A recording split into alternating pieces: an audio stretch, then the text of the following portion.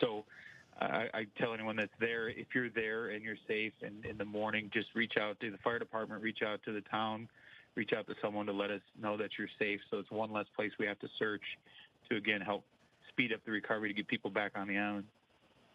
And while, you know, it is grim and it's heartbreaking, this is nothing compared to what you went through when people were literally standing on their countertops calling for help.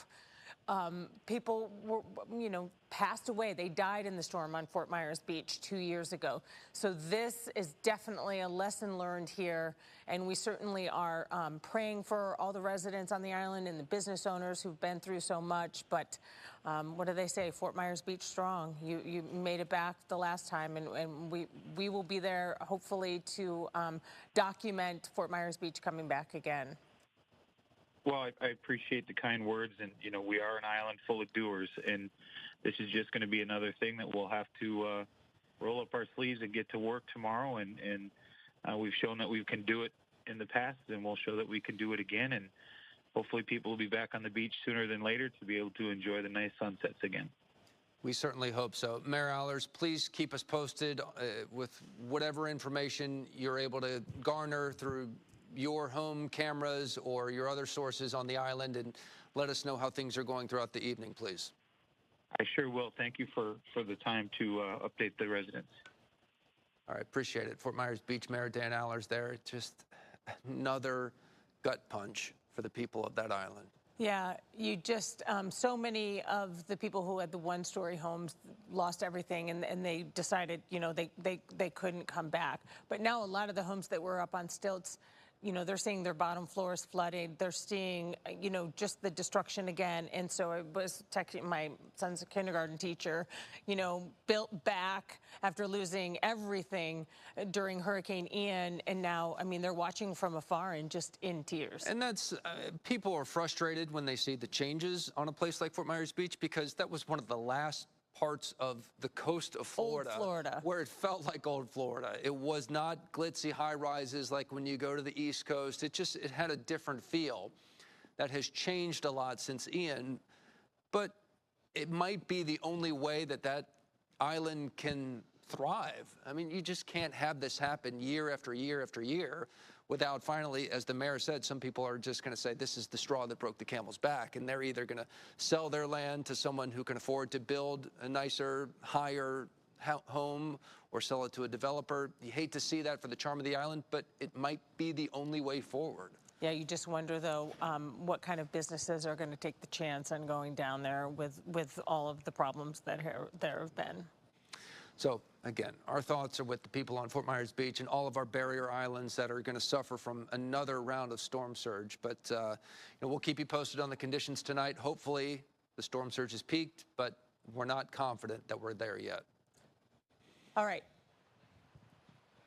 Can I have the producer to? Okay, we're going to go to Megan in the Alert Center. Yeah, we have some new video to show you from Fisherman's Village in Punta Gorda. Justin Thomas shared this video with us.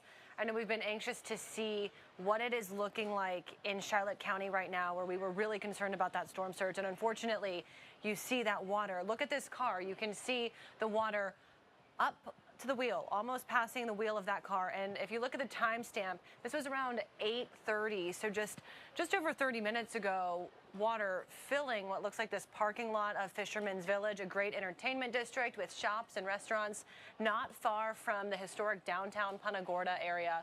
So you can imagine a lot of businesses and homes all around Punta Gorda right now are looking like this with feet of that storm surge. But just take another look at where the water is up to that SUV. You can see at least halfway up to the wheel, and this was 30 minutes ago. So hopefully we start to see this water come down, but just wanted to give you this new look at Fisherman's Village in Punta Gorda, what we're seeing with that storm surge tonight. Kelly and Peter. All right, Megan, thank you. Let's head down to Naples Park and show you some video from inside a home there. Do we have that video? Oh, we're going to go to Christy first. Sorry. Christy Soto is at the Charlotte County Emergency Operations Center with an update on what emergency officials are seeing in Charlotte County. Christy? Kelly and Peter, yes, we are here at the Emergency Operations Center in Charlotte County, where we have been hunkering down with all the county leaders, and they are preparing for the next steps. They're planning to see what the next step is with Hurricane Milton and the recovery effort. So we're currently in the media staging room, but just behind these blinds, all the leaders are out there. I want to show you some video we got from inside that room where you can see everyone hard at work. They are looking at traffic cameras. They are watching the flooding. They're watching the rain. They're watching the winds. They're monitoring every single situation. We have leaders from every single department here. So fire, EMS, Public Works, Recreation, all of them are here coming up with a plan for the next steps. I want to show you what it looks like here in the Emergency Operations Center. If we can go ahead and come back to us live. I'm going to walk you through the lobby here at the Operations Center so you can kind of get a feel for what it looks like here. So I'm going to have our photographer come and follow me. So right now we're in the hallway here, and just on the other side of the door here of this wall, that's where all the leaders are, and they're planning to see what the next steps in recovery is after Hurricane Milton. Big concern is that storm surge, but we also know we're starting to see those sustained tropical storm winds, and that's why we're hunkered down in place here. So you can see at the front lobby of the Emergency Operations Center, we have shutters here. This is protecting us here. So what does it mean when we have those sustained tropical storm force winds? Well, we know that emergency response can't go anywhere during that time. So deputies are off the roads right now. So if you're calling in an emergency, continue to call 911 because those deputies are receiving those calls. And as soon as it is safe to do so, they are going to leave and get to rescue you if you need help. Another thing that's really important to know is that there are so many resources here. Strike teams from all over have come here. I just saw a man that was fire rescue from Hialeah. So we have a lot of different departments that are staged here at the Emergency Operations Center that are gearing up, ready to help in anyone's time in need. I was talking to the sheriff about 2 hours ago, and we talked about what are the first steps in the recovery once we can leave the Emergency Operations Center. So we know that Public Works is going to go out, kind of clear those roads so those emergency response crews can get to the people in need. That is the first step. The sheriff also said that they reached out to search and rescue teams in Miami. Those search and rescue teams in Miami will be here probably Friday. So we're having a lot of extra resources come and help our community. I do want to go ahead and speak with Todd Dunn. He's the man with all the answers. You know, everyone wants to know, how are we doing? Well, I mean, we're hanging in there. We've done all of our preparation. We try to get the word and the message out there for people to evacuate those areas. And we hope everybody listened to that message. And right now we're just in the hurry up and wait stage, right? So all of our emergency services came off the road, so they're not out there because it's not safe for our crews. So basically, we're going to wait till the storm, the winds subside later in the morning, and then at that point, everybody's going to hit the road. What's going to happen first, probably in concert, we're going to have Public Works and emergency crews going out there. Public Works crews will be doing an initial push to clear the road so that the emergency crews can get out and get to the areas that they need to do. Well, there'll be work. Fire and EMS is expecting to do water rescues in the morning, and we'll also be, transporting patients. And as you mentioned, we have pre-staged and had a lot of resources coming. So hopefully, with the pre-planning that the whole county has done, we'll be in a good place to respond to whatever we find. I know you guys are watching traffic cameras. You guys are watching a lot of different things there. What are you seeing in terms of flooding and storm surge? A lot of people are concerned with the historic district of Punta Gorda. We know that area saw a lot of flooding during Hurricane Helene. I was just by Charlotte Harbor around 5 o'clock, 4:30, I think it was, and we saw the Peace River. I mean, it was breaching that seawall and coming into people's backyards.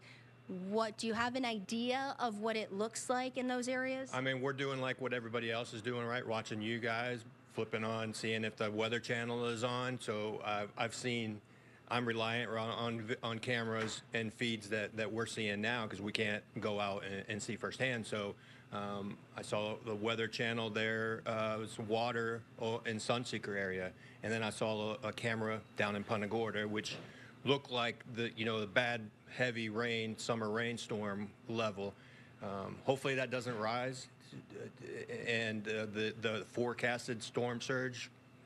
Hopefully, we are fingers across that we don't see that kind of storm surge. But all I can say is we're kind of waiting and seeing as well, like everybody else.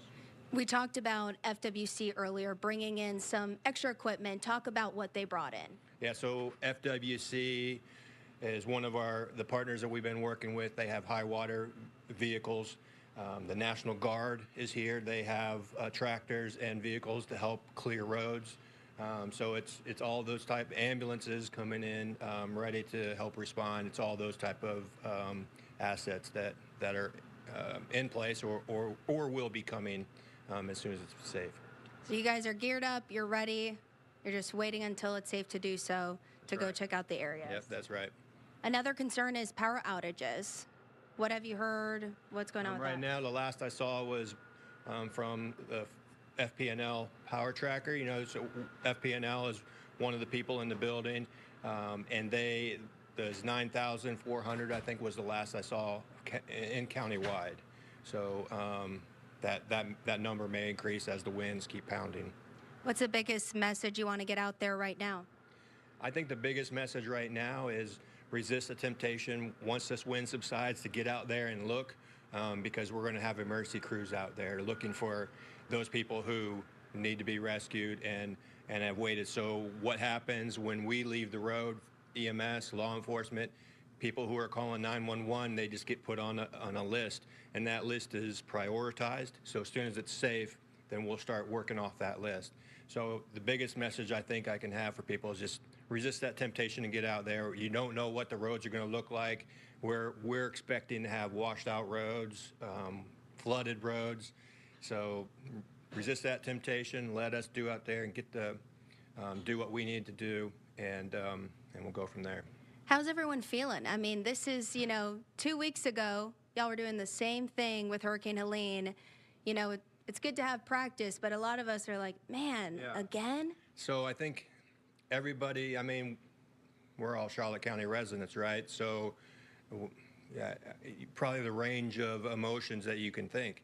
What I left and sandbagged my house. So, it's like, okay, my family evacuated. So that's, that was one less thing I have to worry about. But then you start thinking, okay, what's going to happen? Am I going to go when I can get out of here, see, flooded home, or is it going to be okay? Was there going to be wind damage? Mm-hmm. So, probably the same emotions I'm going through is what everybody else is doing too. So many people are feeling the exact same thing, Yeah. And I'm proud to be a Charlotte County employee and have these folks, working with me. So everybody's, doing their thing. So. Well, thank you, Tom, for taking the time to talk to us and informing our community. I appreciate you so much. I'll go ahead and send it back to you guys in the studio. Once we get more information from here in the Emergency Operations Center in Charlotte County, we'll be sure to update you. All right, Christy, thank you.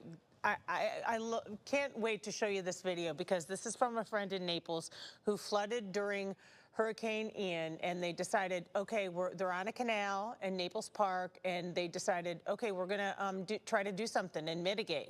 So they put that Flex Seal that you see advertised around the corners of their doors, and then on the bottom they put a little plastic and then some sandbags. You can actually see the sandbags right there.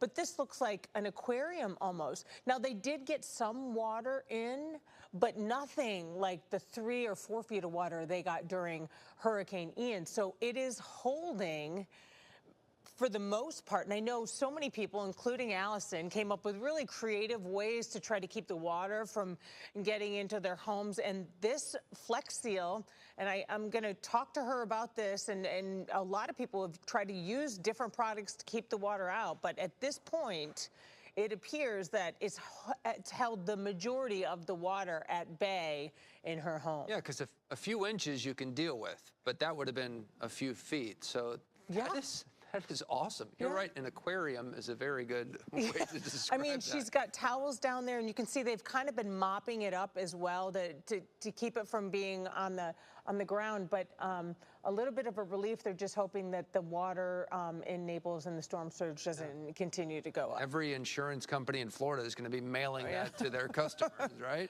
All right, let's go over to John Patrick with the latest on Milton. It's going to be the next commercial for Flex Seal right there, right? I'm glad that worked, and a lot of people got creative this time around to try to do anything they can to keep the water out, because that's really what we're dealing with right now. We've got gusty winds and we've got storm surge. We do not have a lot of rain around the area right now. The hurricane is on shore, so now from this point forward, we're going to see weakening winds and we're going to see the pressure come up. So the winds right now are down to 115. And the movement is to the east-northeast at 15 miles per hour. So now that we have this on land, we're going to start to see the winds relax. But I want to go ahead and show you. See the bottom side of this?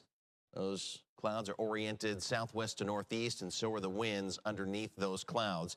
And that's why we're seeing images and videos like that with the water on shore coming up a few feet out of the Gulf of Mexico. And it's because of the storm surge. Here's radar. There's not a lot of rain at all around here. We dealt with that, of course, earlier today. There's the center of the storm over land, and now it's just getting torn apart even more by the friction of land. And so as we go through the next several hours, we'll see that weaken down eventually to a Category 1 overnight as it makes its way south of Orlando, then back out into the Atlantic. And it's not going to have an opportunity to become a hurricane again. It looks like it'll stay a tropical storm as it gets back out into the Atlantic, at least initially. So here's what we've got right now as far as rain. That's kind of the bottom side of the falling apart eye wall here. Cape Coral, we've got a little bit of gusty winds across the area. I'm going to show you a weather bug here in just a second to show you the winds as they're happening right now. But this is really the only rain from the northern section of Cape Coral, perhaps into the Charlotte County line, back through northern Pine Island, the Cayo Costa, and then it wraps around towards the center of Milton. And this is going to continue to lift off towards the northeast. Punta Gorda and Port Charlotte are dry right now, as is Arcadia. Also, Babcock Ranch, Englewood is dry. Now, it is pretty gusty as you get up close to that hurricane center. Even though it's on shore and the winds are down to 115, once you get away, I mean, we're not that far away from the center of the storm, so we're still seeing some pretty good gusts and some pretty good winds in our northern and western sections. So DeSoto County, Charlotte County, and northwestern Lee County, you're still in on some pretty good wind gusts right now. But as we go inland and south, Naples, Marco Island, the storm surge continues to come in, but we're not seeing as gusty of winds as we were earlier, and we're not seeing those downpours as we were earlier this afternoon. Here's some of the winds that are happening right now. This is at Edison Grand. We have got a camera up there, and we've been showing you, it's kind of fogged up right now, and of course it's dark outside. We've been trying to see how far into the River District of Fort Myers the storm surge is coming, because the Caloosahatchee is taking on some storm surge as well. But out of the south-southeast, the wind 61 miles per hour. Margaritaville at Fort Myers Beach at 57. Then you get into Estero and a 15-mile-per-hour wind. The direction is a little bit suspect, so that might be not such a good reading. But here in Cape Coral, there's Ida Baker High School. Wind coming out of the west-northwest right now at 41 miles an hour. So, yes, it is still kind of breezy and still kind of gusty out there. The power outages, 70,000 people in Lee County without power right now, 30,000 in Collier County, 14,000 in Charlotte County, and our inland locations, about 500 to 1,000 customers. So the farther inland you go, it wasn't quite as windy today, and so we don't have as many power outages. But I wanted to show you here off to the north in some of those areas we've got up towards Tampa Bay. Look at that, 160, so there's 320. And we'll add another 70. That's 390,000 people up here on either side of Tampa Bay without power right now. So they're really kind of taking the brunt of it. Here's that camera in downtown Fort Myers on top of the Edison Grand where we had that 61-mile-an-hour wind gust. And I wish this was, I tried to focus the camera, and this is as best as I could get it, but we can see some water kind of spilling into downtown Fort Myers right there as the Caloosahatchee continues to rise. It's in a moderate flood stage right now. Allison's going to show you here. This is just kind of the information. Allison's going to show you kind of graphically what we've been going through, and this area has been rising pretty dramatically. The Imperial River is on the rise as well, 11.44 feet, so it's in a minor flood stage. That began at 11 feet. The Peace River at Arcadia along State Road 70 is at 11.65 and rising. Minor flood stage starts at 11 feet. And Naples Bay, this is one of the areas that's really seeing some flooding. The bay, the flooding starts at 1.5 feet, so that's flood stage. We're at major flood stage right now. The level is at 4.68 feet, and it's continuing to rise. Allison's got this information, but kind of more of in a graphical form, and I think you're going to compare it with what we saw a couple of weeks ago, right? Right. So I'm not sure how this is going to look. I kind of just threw it up. If we could use Doppler 2 in the touch monitor here, we're going to see. Okay, I think we have to go back to the desk for some breaking information. We're going to get back to you in a minute, but we have the sheriff, the Lee County Sheriff, Carmine Marcino, is on the phone for us, and we just want to quickly check in with the sheriff and assessing the whole situation about the storm surge and if he's seeing any problem areas.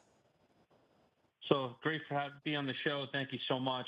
Obviously, you know, our thoughts are with everyone that's been affected by the storm throughout the state of Florida and here in Lee County. We're very happy to say we're still answering calls for service. We have not suspended service. We do not have calls backlogged, which is tremendous. We've deployed all resources throughout the county. Our county is about 1,200 square miles, working with our EOC and our incident management team, which every single hour, by the minute and hour is updated, roadways, bridges. So we know exactly what's going on, the pulse on this county, every single minute, every hour. Our great residents are going to be safe. There are many floods that are being reported, our normal low-lying beach areas. But again, our teams are out there. The shelters are being utilized, and that means that people listen to us. They did not stay in harm's way, which we're very happy to hear. Can you just give us an idea of maybe one rescue, or has it been a rescue? That you said you're still responding to calls. Are there people trapped in high water or in cars, or we're just talking maybe a medical call?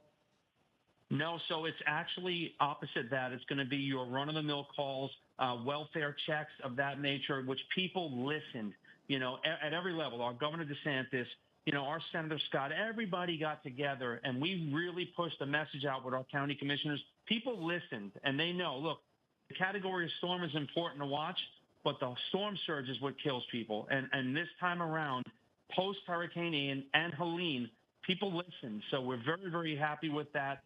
There are many areas that are not passable and flooded, but we are ready to rock and roll, and as we speak, doing it as we speak.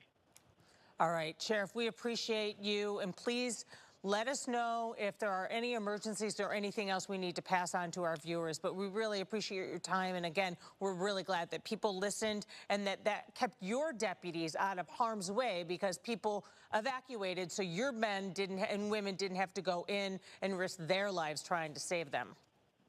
Well, appreciate you getting the message out, and we will get through this, and we will be in a better place starting tomorrow.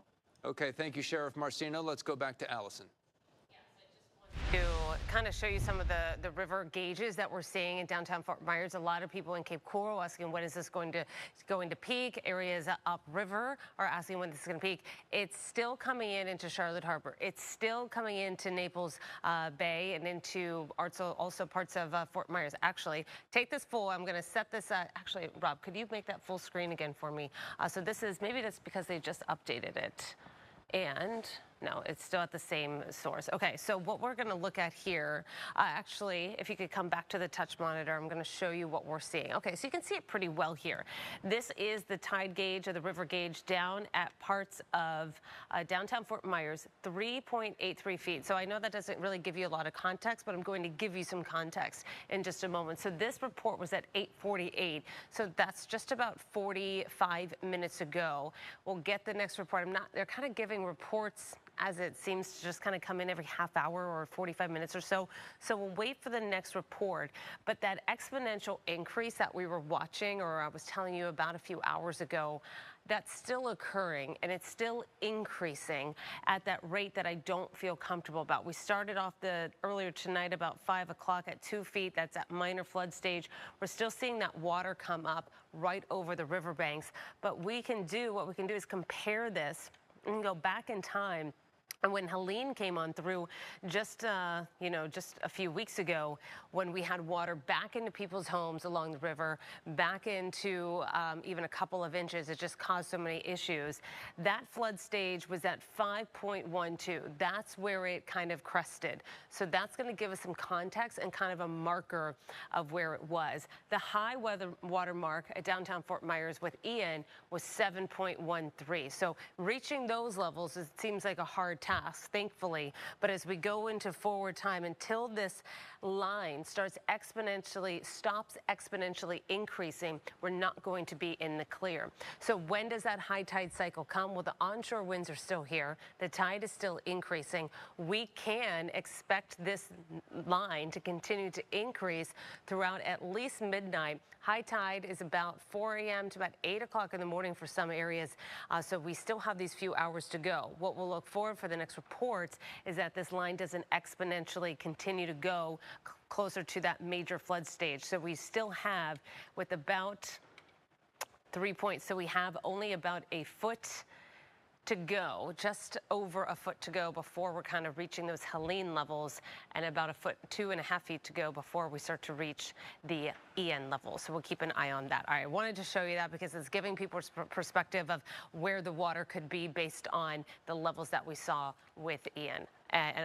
Helene just 2 weeks ago, and we'll keep an eye on this gauge. We'll be right. I'm going to send it back over to Peter and Kelly now. Yeah, we have Dave Elias standing by with the mayor of Fort Myers, Kevin Anderson. A lot of people curious what's going on in downtown Fort Myers. It looks like the water's starting to come in. Yeah, Dave, before you get to the mayor, can you kind of describe what you see around you? Well, yes, and I can tell you it's a lot like deja vu, and that is because during Hurricane Helene, we saw a lot of water coming up, and it does look as though that the water is continuing to rise here at the intersection of 1st and Dean Street. We're joined live with Mayor Kevin Anderson. And Mayor, if you can just talk about the overall state of downtown right now. It's a lot better off than I expected, Dave. I thought there'd be higher water, and so I'm very thankful there isn't, and I'm hoping that we're not going to see much more surge come in the back half of the storm. So you've been here for a while. We've seen it getting a little bit higher. I guess what is the concern? We see businesses have really taken some steps. If you look at Bruno's of Brooklyn, talk about what they're doing here. Yeah, they've deployed this water barrier in hopes that the water won't rise above it, and if it does, they've got these bags full of absorbent. So they're hoping that's going to keep the water out of the building. I'm hoping that the water will never breach it. And, you know, we, of course, saw damage there, certainly from Ian and then again with Helene. So do you think businesses were a little more prepared this time? Oh, if you walk through downtown, you'll see people boarded up. They've sandbagged much more than I've seen in the past. So I think Helene got people's attention. You know, since we've been out, we actually have seen some people down here, but does that surprise you? No, you always have people come out. It's kind of frustrating that they do it. It's also concerning to me that they walk through these waters with no protective gear on their feet and not knowing what's in that water, whether it's chemicals, sewage, broken glass, whatever. And, you know, Mayor, we've got some power outages. I think you said you yourself without power right now. Yes. Overall, are you hearing about any other damage right now? Not yet. I'm expecting an update here shortly. Okay. We, of course, will continue to keep you posted. We can tell you that, again, the winds are whipping up, but if you take a look, there are still people, believe it or not, that are out and driving around and really not that safe as the winds continue. Some of these gusts really strong at times. So that's the situation right now in downtown Fort Myers. Live here along 1st Street, I'm Dave Elias. Now back to you in the studio. Oh, I believe it. I mean, this is Florida after all, so there's always somebody walking around in the floodwaters. Oh, Lord. Let's go down to Bonita Springs. Canals are starting to flood, and as JP mentioned, the Imperial River is has minor flooding, and of course that leads into a lot of the canals. And then when you factor in the fact that they're getting storm surge in Bonita Beach as well, the canals are flooding. Transformers, again, you can see how the sky's kind of purple. And I just got some more video, and our viewers are sending us in videos. I mean, transformers all over the area are blowing up. And it's so eerie to see in the distance, just this big, it looks like an explosion. Basically, it is. It's the transformers. And that's why a lot of the area is more power outages are expected. Yeah, and we're trying to focus on night video now because we want to give you the most current conditions possible, but we need you to help us be our eyes and ears. So if it's safe in your area where you can step outside now and take a video, only if it's safe, please do so. Turn the camera sideways so the landscape mode, take some video and pictures and email it to us at newstips@nbc-2.com. That's newstips@nbc-2.com or newstips@abc-7.com, or you can just send it to our Facebook pages. We'll get it that way too. But that way we can kind of keep answering your questions of what does it look like in this part of Southwest Florida? What does it look like here? So again, this is Bonita Springs. Let's show you some more video or pictures that we have from San Carlos Boulevard. The winds along the coast, obviously, the big concern, and that's what's pushing the storm surge right now. You see that debris flying around. We don't know if this was new debris or if this was from Hurricane Helene just a couple of weeks ago. That's certainly been a big concern of ours. But this is San Carlos Boulevard. We'll keep an eye on that area as well. Again, a lot of outages being reported, power outages. Isles of Capri. And I have a dear friend who's on the Isles of Capri right now, and she said the flooding is getting pretty bad. Water, according to some people, is higher than Irma, higher than Helene. A former colleague and good friend, Bonnie Geddes, is down there, and yeah, she says the water is rising at Capri, and it's worse than she's seen it, and she's been in that area for a long time. She's safe, but she has sent me some video, and the water is rising, coming up over the seawalls there. It's an interesting little kind of mini island before you get onto Marco Island, and it's a very low-lying areas, but they've escaped a lot of heavy flooding in past hurricanes, and now they're seeing the water rise. Let's take you up north to St. Pete. This was certainly one of the areas that was on a knife's edge because they were so close to the expected landfall point. So this is video right outside of one of the TV newsrooms up there in St. Petersburg. The wind is fierce. This was much closer to the eye of the hurricane than we had in our viewing area. And the storm surge is only starting to build there. So we hope that everyone is safe up there, but this just gives you an idea of the conditions closer to the landfall point for Hurricane Milton. Let's check in right now with Robert. You ready? Yeah? Okay. I just wanted, we were talking about these power outages, or actually we're looking at some video. That's a, if we can pick one or the other, the sail drone there, that video, if we could possibly go back to that, that is basically like a giant surfboard that researchers plant in the Gulf of Mexico. Whoa. And they try as best they can to put them out in front of the storm. And you can see just how churned up the Gulf of Mexico would be when you have a huge hurricane like Milton moving across the way. I don't believe I see a date or timestamp on there, so I'm not sure if this was taken earlier today or if it was from earlier during the storm. But as my friend and colleague, ABC7 Chief Meteorologist John Patrick has been showing you several times tonight, there's been some real big waves in excess of 20 feet over top of the Gulf of Mexico. So really, really quite something. As we come back here into the studio, though, I wanted to touch base on the power outages. because these numbers have all been ticking upward over the course of the past few hours. For instance, right now in Lee County, based on our data, we're seeing reports of up to 86,000 customers in Lee County that are without electricity. The numbers right now are being posted at 30,000 in Collier County. In inland areas like Hendry and Glades, thankfully not quite as high, up to 1,000 customers without power right now in Hendry County, coming in around 500 in Glades County. And then across Charlotte County right now, at least the numbers are at 14,000. Look at how they jump upwards big time, though. As soon as you cross into Sarasota County, out of Charlotte County, right now the number in Sarasota County is being pegged at 163,000. And just for a second here, if you pull the map out really wide, all of the counties that are highlighted here have power outages going on. The darker the red, the darker the purple, the higher the volume of number. And right now, if you look at a statewide number, it's 10%, or up to now 11% of the state is considered to have without electricity, and that of course is highly clustered right now toward the Tampa and St. Petersburg, where the most intense winds are pushing through. We've been touching base, of course, a lot with what's been going on in downtown Fort Myers with the river level, but it is nice to see the lights on there in downtown Fort Myers, as hurricanes are never easy, but they're a little easier, of course, if you're able to keep the power on as much as possible. If you do lose power, though, and there's a lot of people who already have, just a reminder that we are broadcasting on a number of radio stations across our community. I'll let Peter and Kelly remind you of the call letters as they escape me at the moment here.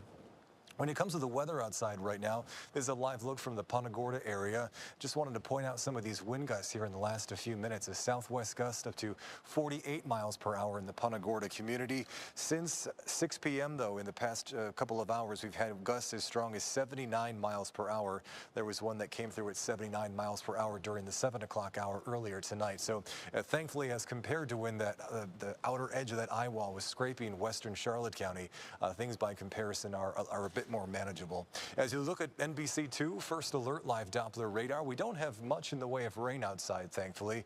There is a little piece here of this area of steady rain, and with obviously some gusty winds as well, that's been working around the hurricane that's now inching into areas of northwest Lee County and just to the south of the Charlotte County line. Because this is swirling around the hurricane, it will likely keep moving in this path here as it heads off toward the northeast and kind of wraps around Charlotte Harbor, because the wind right now is wrapping around Charlotte Harbor as well. And that, of course, is why we are concerned about storm surge in Charlotte Harbor, as we have had numerous reports now of water level rises. That video you saw just a few moments ago with Megan Miller in the Alert Center showed a decent amount of water rises so far in the Fisherman's Village area. As you look at how the rest of the radar is playing out, again, we don't have much in the way of rain. And as we've been saying to you, it looks like that big rain band that came through earlier today is likely going to be the extent of any kind of substantial rain threat. And it also is likely the extent of the tornado threat as well. And boy, that sure was nasty earlier today with all of those tornado warnings, setting a state record for the number of tornadoes that were popping up and the number of tornado warnings, rather, that popped up earlier today. As you see a lapse of the radar, you can see how the hurricane now very much onshore. That, of course, takes away its fuel source that it enjoys to use over top of the Gulf of Mexico. So without that fuel source, that should allow it to weaken a bit here as we get ready for the top of the hour update from the National Hurricane on the storm's intensity. But as you'll see here, the center point there where that eye officially made its landfall was right over the Siesta Key area. And obviously that's a decent distance away from Rotunda and Port Charlotte and Punta Gorda. But those neighborhoods in western Charlotte County did for a while there find themselves on the far eastern side of that eye wall as the hurricane followed this path here. This white line shows you the past position path. So there was a bit of a turn here, a little sharper turn toward the east as compared to due northeast. So that is one of the reasons why Tampa and St. Petersburg have an awful lot to be thankful for tonight. Yes, the weather is just awful up there, but had that landfall point been a little bit farther north, they would have been dealing with some pretty remarkable amounts of storm surge. So I know not much to be thankful for when the bad weather is around, but there's always something to be thankful for when you look at things, the big picture here, and how bad it was in parts of our state. Quick lapse of the radar one more time shows you the band that sparked all the tornado warnings earlier today, now that the hurricane has finally made this landfall. For the rest of the night, obviously the ongoing concern is storm surge, and as you've heard us talk about, the wind direction plays a big role in that. Current time is 9:45, and most of us, like I showed you in Punta Gorda, have a wind that is primarily from the south. But eventually here, now that the hurricane is on shore and moving like along Interstate 4, the winds behind it will turn around accordingly. So as we get past the midnight hour, we will increasingly see a southwest wind, and then once we get toward early Thursday, early Thursday, mean like 3, 4 o'clock in the morning, the winds will turn more from the west. So it's still a storm surge event for our communities here in western Lee County, as you can find here how the wind direction will stay onshore in some form or fashion as we move throughout the entire day Thursday morning. For Charlotte County, again, it's really concerning to see such strong winds here.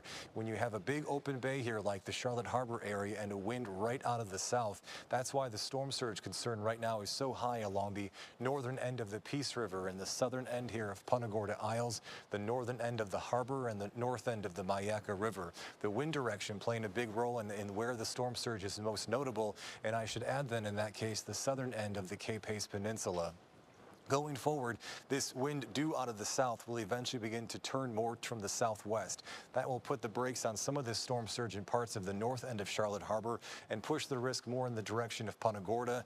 And then as we move toward 3, 4 o'clock in the morning, the winds turn more from the west. So that will again change the direction of the winds, changing around the threat of storm surge as we get into early tomorrow. But thankfully, of course, by early tomorrow, even though the winds are still onshore, the wind speeds would be, of course, much lighter as we move throughout the day. Last up on our wind tour takes us down to Collier County. And again, we've had a south wind for most of the day, but now that the hurricane is onshore, the winds are starting to turn around accordingly. So more of a southwest wind right now for areas like Naples and Naples Park and up toward the Barefoot Beach area. As the hurricane again continues to move toward the northeast, the winds will increasingly turn out of the southwest.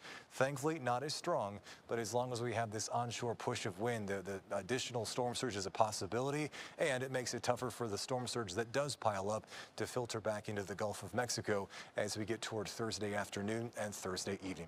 I believe that I'm going to send things back over to the news desk then with Kelly and Peter, and we'll keep touch with things in just a minute. Well, Rob, you brought up the radio station, so I got them for you. If anybody lost power, and we are getting reports of a lot of power outages recently, so we want to let you know if you need to listen, if your power goes out, if you still have power, take a picture of your screen with your phone so you can, you'll know what radio stations we're going to be on. We'll be broadcasting until this is all over on B103.9, 96.9 K-Rock, Sunny 106.3, 102.9 Bob FM, 104.7 The Mix, and 98.9 WGUF. And 101.9 Gator Country got added after that initial. So we're on in 7 different radio stations. You would definitely be able to continue to listen to us if you lose power. We know that downtown Fort Myers, the lights just went out. Dave Elias just let us all know, since he's down there live, just spoke with the mayor. The power is now out in downtown Fort Myers. So as we continue to see storm surge, we are unfortunately continuing to see power outages. And this is something that our meteorologists have been warning might continue to build for the next few hours. So stay with us, whether you have a TV or just listening on the radio. We will keep you up to date as everything changes throughout the evening. Yeah, and if we have a chance to recue the video that we showed a short time ago of Jug Creek, I think that's what it is labeled, and it was showing the transformer blowing up in the distance. It's kind of interesting. I'm sure a lot of our viewers are seeing this when they look out their windows or the doors and saying, oh my goodness, what is this? What's happening? What is that? You know, it looks like an explosion in the distance. Well, a lot of transformers are getting wet, and they can't handle the wind or the surge, and they're exploding, and that's knocking the power out. We'll get you that video in just a moment, but I think we have some also new video from the Naples Pier, and I saw this as it came into our newsroom. Holy smokes, those waves crashing over the Naples Pier as the wind was rushing out of the south a few hours ago. Still is rushing, but we don't have as good of eyes on it now that it's dark. But that just gives you an idea of how powerful the wind was from Hurricane Milton, even with the storm well off our coastline. Yeah, the Naples Pier has been shut down for 2 years now since it was so heavily damaged by Hurricane Ian, and they're going to rebuild it. It's going to be more bigger and beautiful and better than ever, but it just makes you think, how can they make sure it can withstand this kind of force? I don't know. All right, what's the next video we have? Let's see. This one will be, this is just the rain and the wind in Iona. This was recently. You see how dark it is. And you know, it looks like somebody maybe has their car. It's tough to see, but it looks like the water is still under the boat, which is good. But as those waves get higher and higher, I know a lot of people are keeping a close eye on their docks in their backyards to make sure that their boats make it through the storm. Yeah, and Iona, you know, it's kind of a low-lying area. It's near the mouth of the Caloosahatchee River, and there's a lot of homes in that area that are old Florida-style homes.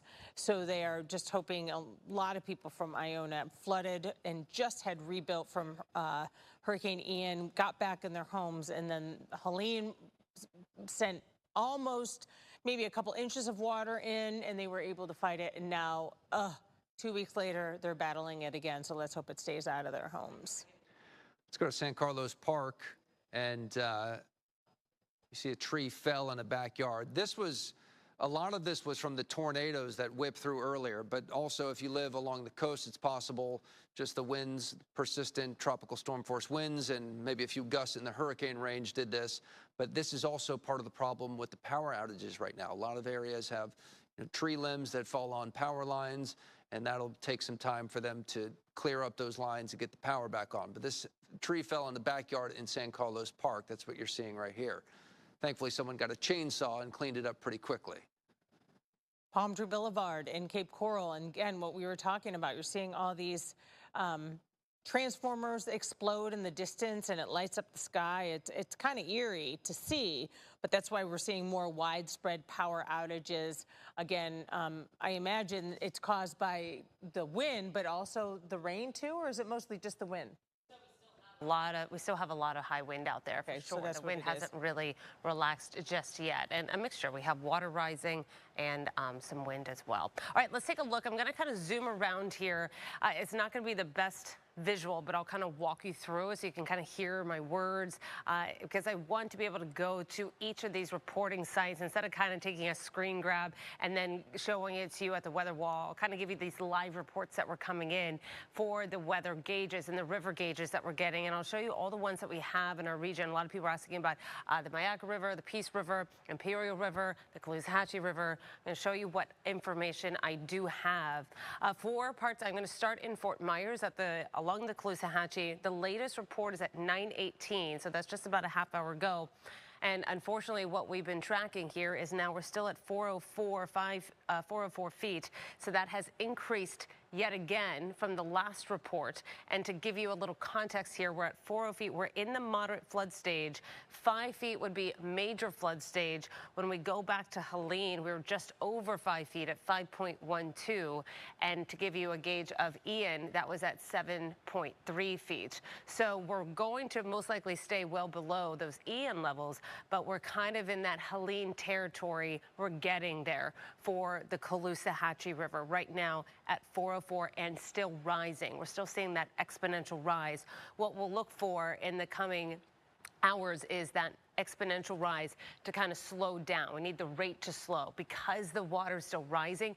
Regardless of that storm surge, even if you took the storm surge away, we still have a high tide cycle coming. So we expect the waters to continue to come up.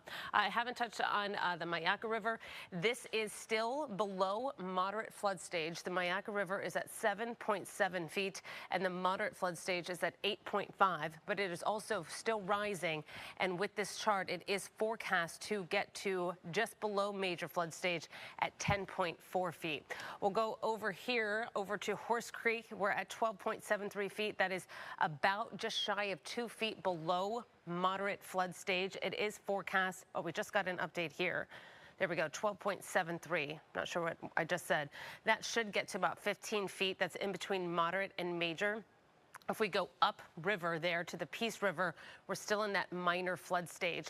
And also parts of Naples down through, I'll show you the Imperial Bay. The Imperial Bay seems to be doing okay for now. The water is, of course, still coming up for that region. That one's not working. Hold on, just be patient with me. There we go.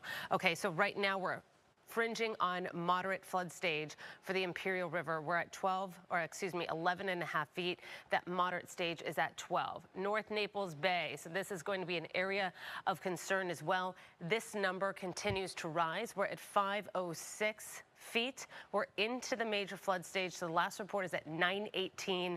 That is going to be a continuing rise of water. We have reports of water still coming in to places like downtown downtown into Fifth Avenue as well. So until these numbers stop rising, this is going to be concerned with that rising water. Last report for Fort Myers will be 3.5 feet.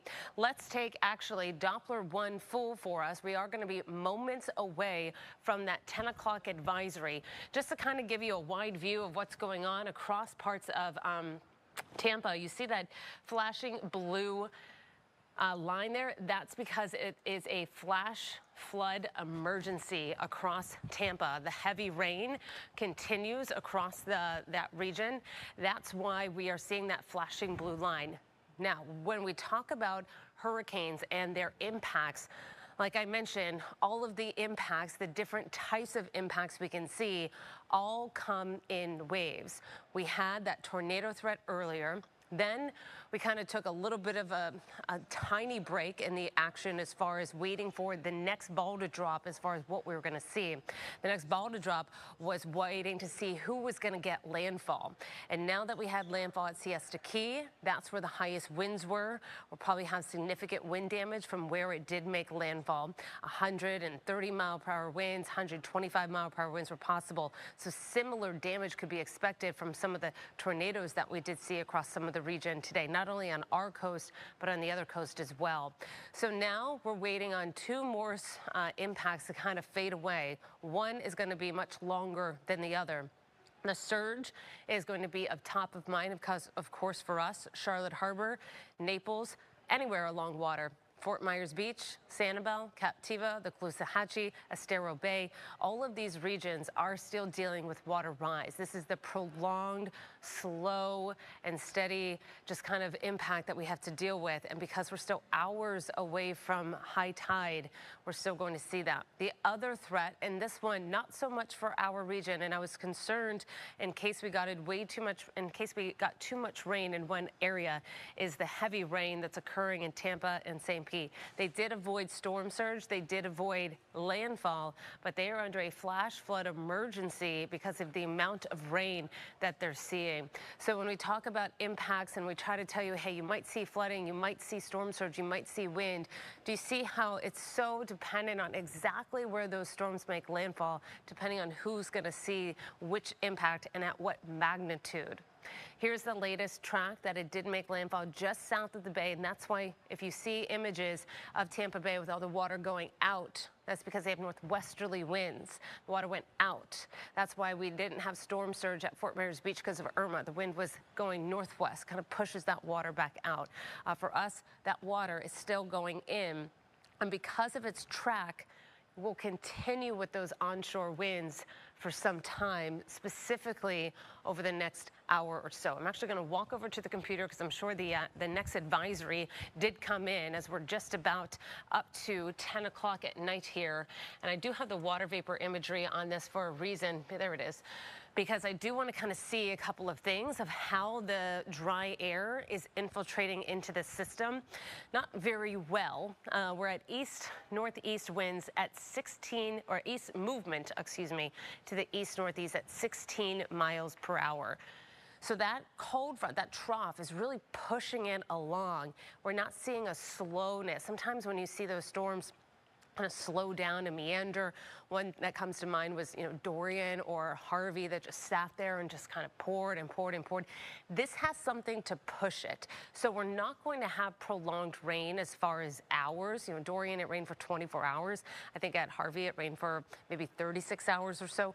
We're not in that type of system. This is going to move. It's going to get out of here. But while it's doing that, it's raining at rates that are not capable for the water to kind of keep up. And that's why we're having those flash flood emergencies in parts of Tampa. Also with this update, the pressure is increased. We expect that. Winds have gone down. It made landfall with about 120 mile per hour winds, Category 3 storm. It's on 110. So it's moved back down to Category 2, but 110 is not a big difference. So it's still impactful, and those winds are from the northwest quadrant. Why that's important is because that part of the system hasn't gotten on land yet. And also, when we talk about the system, sorry, I didn't have my slides set up, but I do want to show you. If you could just pull up the radar imagery again, Rob, that'd be great. Thank you so much. Why the northwest quadrant is important when we talk about those high winds. So if we could kind of scan it to the current slide, that northwest quadrant has the highest winds right now, about 110 miles per hour. So even though areas in St. Pete and Tampa aren't dealing with that right now, thank you so much, those high winds are going to be pushed on shore after this really kind of comes on in. So they could still see some real high wind gusts after everything is so saturated. They could have easily more power lines down and more trees to topple over with those high wind gusts into that northwest quadrant. The east side of the storm is just crumbling and falling apart because it's on land. It lost all of its real warm water. But this is where the strong winds are. That's how it's holding on to that Category 2 status. That's how it's holding on to those real strong winds. It hasn't made it on land yet. Once it does, then we'll start to see those winds continue to push on in.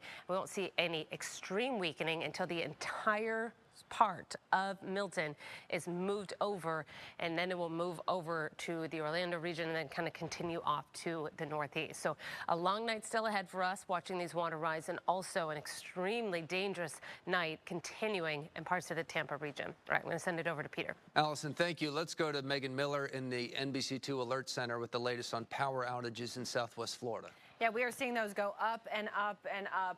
If you take a look here at Cape Coral, particularly southwest Cape Coral, LCEC says 50% of its customers are without power, and we're seeing, even more on Sanibel, 99% out there. Let's check in on Pine Island, 40% out there. So right now, a lot of people across our area without power. If you go back to our website and the interactive power map we have, you'll see in Lee County, there are 86,000 customers without power. Still a lot in Charlotte County, too, almost 15,000. Of course, where the Milton made landfall, 160,000 customers without power in Sarasota. So widespread power outages across our area right now, and power just starting to go out for some folks. I'll send it back to you, Peter. Megan, thank you. And we know that there are a lot of power crews stationed throughout Southwest Florida. We've been showing you video of dozens and dozens of trucks at the old Bonita Beach dog park track. So they are positioned and ready to swoop in as early as tomorrow, hopefully, to get that power back on quickly. All right, now we're going to go up to North Fort Myers. Earlier in the day, before the storm surge started, there were hurricanes going left and right across Southwest Florida, including a really powerful one that hit parts of Fort Myers and then North Fort Myers. Bailey Smith just went and checked out the community in North Fort Myers that took a hard hit from that tornado. What stands behind me used to be where a house was on that foundation here in the Lake Fairways Country Club community. What we're seeing is absolute devastation. This house completely flipped over from the tornadoes ahead of Hurricane Milton this afternoon.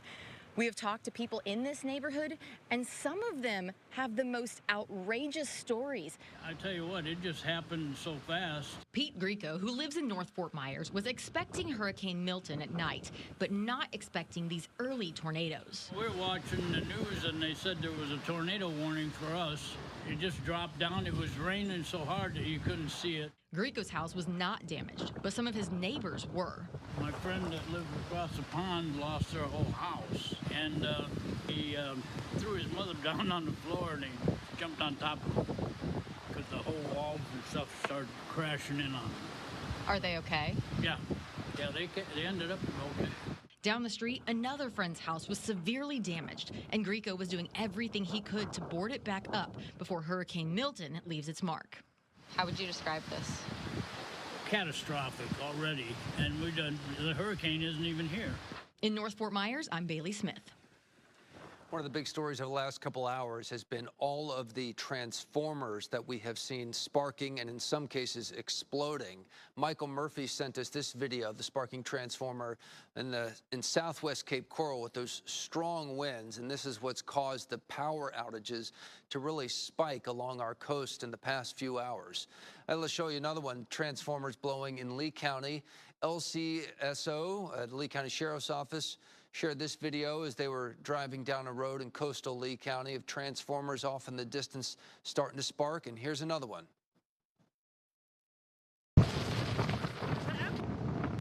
Holy smokes, that's definitely one of the strongest ones we've heard off Palm Tree Boulevard in Cape Coral.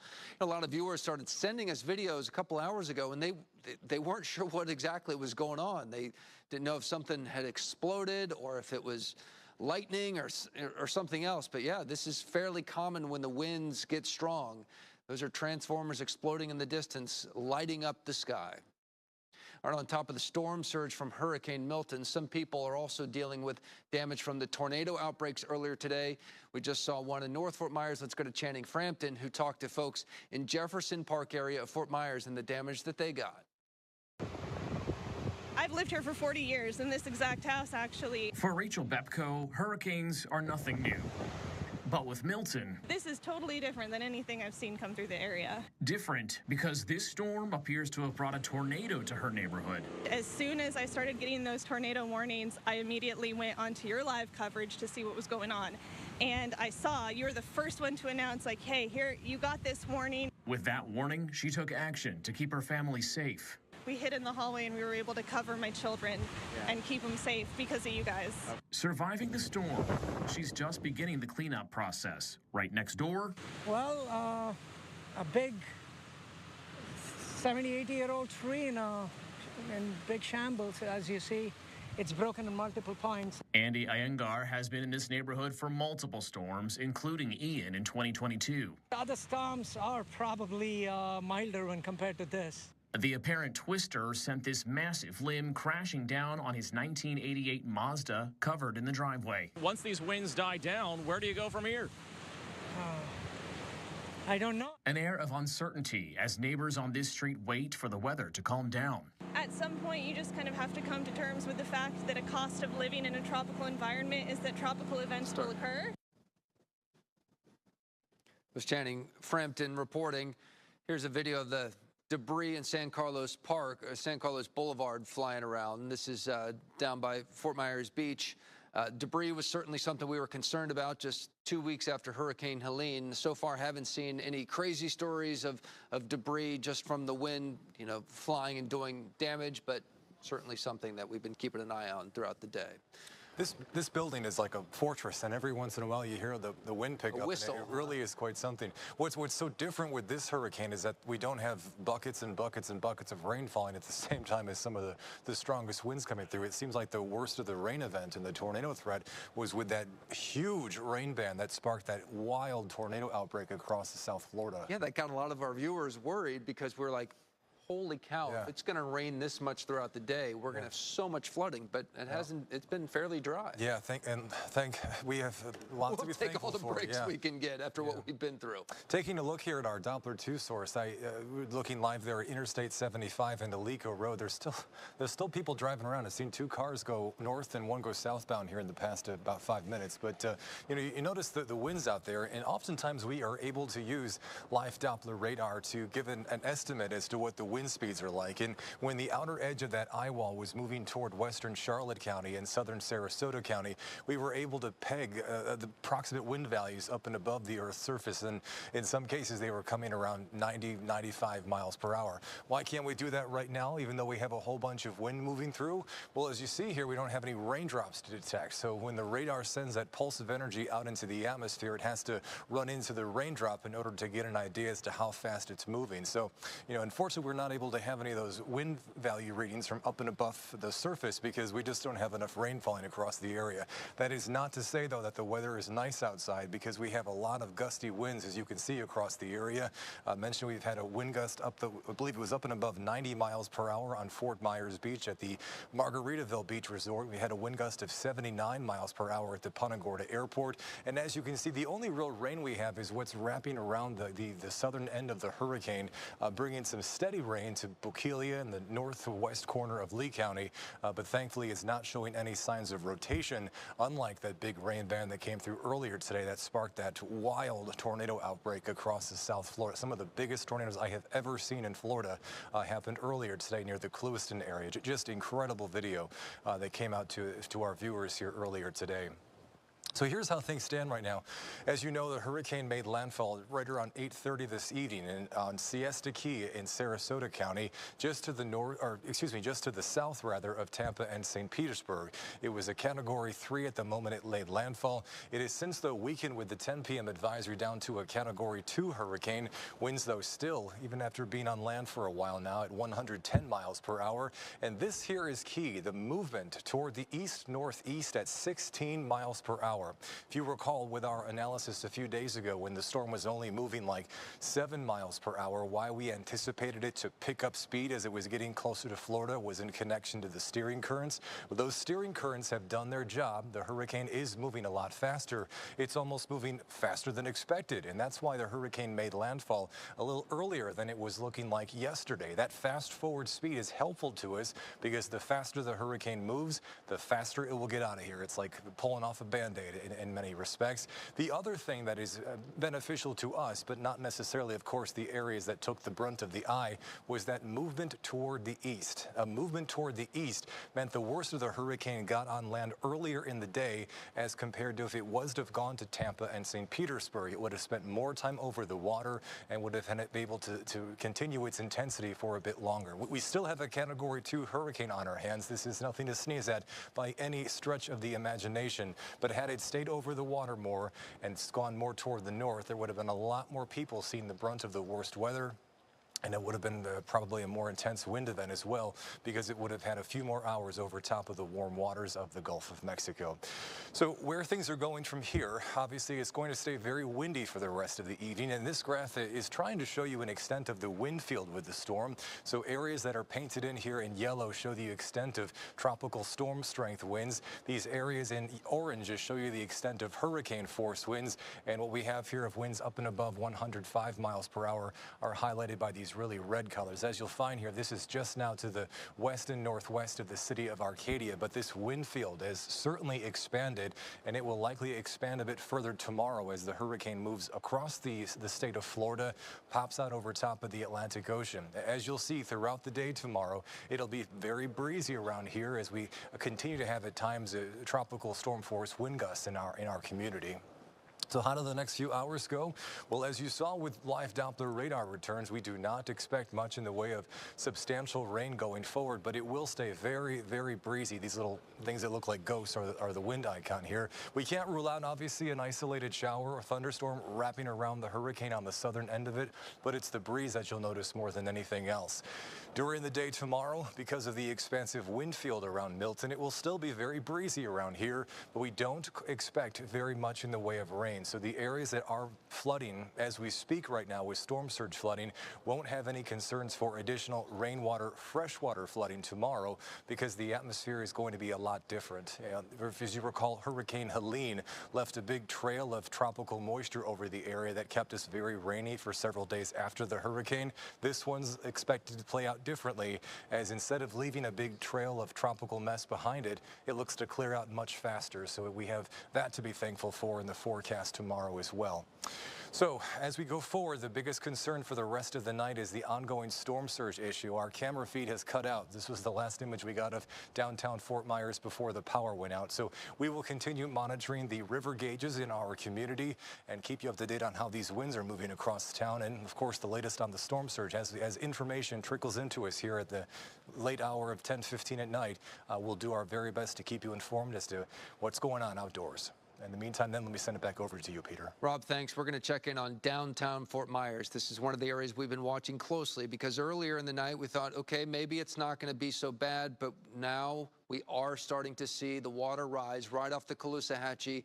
It's starting to come into the streets, into some neighborhoods, and unfortunately, it looks like into some businesses and homes as well. We have Dave Elias live in downtown Fort Myers to give us a firsthand look. Dave?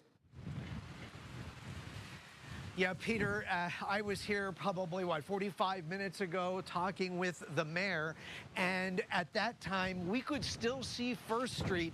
Dean Street was covered in water, but you can see now properties here in downtown Fort Myers have waterfront property. We are going to walk you across the street. I've got boots, and I'm walking you over to Bruno's of Brooklyn just to see if the barricade they put up is actually working. They had water coming in here during Hurricane Helene, and it appears this is working for the most part and keeping water out of their building. They were hit hard with Hurricane Helene, hit hard during Ian. We were told just a couple of weeks ago that they were about a month away from opening. So obviously they really took some extra efforts to get a barrier in place to protect their business. But as you can see, it almost looks like, we've got waves right here along Dean and First Street as the water continues to rise here. So this is what people were not hoping for, and I can also tell you that downtown did lose power just about maybe 30 minutes ago after we wrapped up our interview with the mayor. So that is the situation here. The winds, again, are these big gusts that, 1 minute it can be fine, and the next minute the gusts can just, take you away. But it looks like for the most part that the barrier here around Bruno's of Brooklyn is keeping the water at bay, and that, of course, is what they are hoping for. We will continue to keep you posted here in downtown Fort Myers. I'm Dave Elias. Peter, back to you in the studio. Dave, if I can just ask you a quick question. Okay, so we've been focused on Bruno's, and they've got that creative barrier, and we certainly hope it holds. Across the street, other places, can you tell if... okay, Dave didn't have his earpiece in. Dave, can you tell if any other businesses have taken on water yet? I can tell you that Ford's Garage, and I'm having problems here with my IFB, so I apologize, but I can tell you that Ford's Garage, looks as though it is getting some water into their business as well. In fact, you could probably walk across the street here. It is getting a little bit deep, but I think we can walk across and just show you that they've got some plastic up, and they do have some sandbags up. How much good that's really doing is hard to tell at this point. But yeah, a lot of businesses really starting to take on some water now, Peter.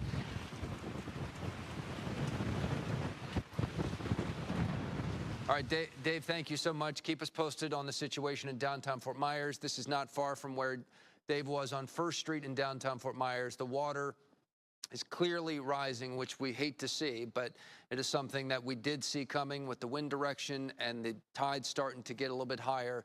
So downtown Fort Myers, we know, is on a lot of our viewers' minds. We'll keep you updated as things progress down there. We have a couple other pictures we want to show you. Collier County, Port of the Islands, had some pretty significant flooding, but it doesn't appear from this video that it got it in the homes. It certainly breached some storm walls, storm barriers, but not in any homes so far. And then we do have some good news on Marco Island. A viewer sent this to my Facebook Messenger about 10 minutes ago, and he said the water is starting to recede on Marco Island. You can see where kind of the debris is a little bit higher than the water on their driveway at this point. So that's the first sign that we've seen that the water is receding. Every area is going to have a little bit different timing for when the water starts to recede, but it's at least good to see on Marco Island the water starting to go back down. All right, let's check in with meteorologist John Patrick, if I can get the word out of my mouth. It's been a long day, and it's not done yet. We have the storm surge that will continue overnight, and we continue tracking the winds that are gusting, despite the fact that we don't have a lot of rain, except for this rain here that's coming in from the Gulf of Mexico around Boca Grande towards Boquilla and kind of swinging around Old Burnstore Road and Burnstore Road in Northwest Cape, and then almost up to Tropical Gulf Acres in Charlotte County. That's really the only rain that's being picked up on radar right now. But we have been tracking some pretty gusty winds across the area, and as we go through the next couple of hours, these gusty winds will continue because we still have the center of the hurricane off to our north. It's over land, it is weakening, but it's still producing wind gusts. And as the storm weakens, not so much the hurricane force winds, but the tropical storm force wind field is expanding. So that's why we're still feeling the gusts out there, and that's why we're going to continue to feel the gusts out there as this light rain spreads into southern DeSoto County, through Charlotte County, and still hanging around portions of the Cape Hayes Peninsula and northwest Cape Coral as we roll through 12:20, so 2 hours from right now. I want to show you some of the rain totals from this event so far.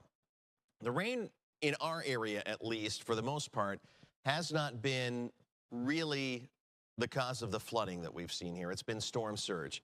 Arcadia, 2.8 inches of rain. Fort Ogden, 2.6. So about 2.5 to 3 inches of rain throughout most of DeSoto County. As we go into Charlotte County, a little bit closer to that outer eye wall where we did have some of that heavy rain, you can see over towards South Venice, almost 5 inches of rain. Englewood, 3.7. Rotunda, 3.1. Into Port Charlotte around Murdoch, the Port Charlotte Mall, 4.2 inches of rain there. Across the river into Punta Gorda, 2.2 inches of rain.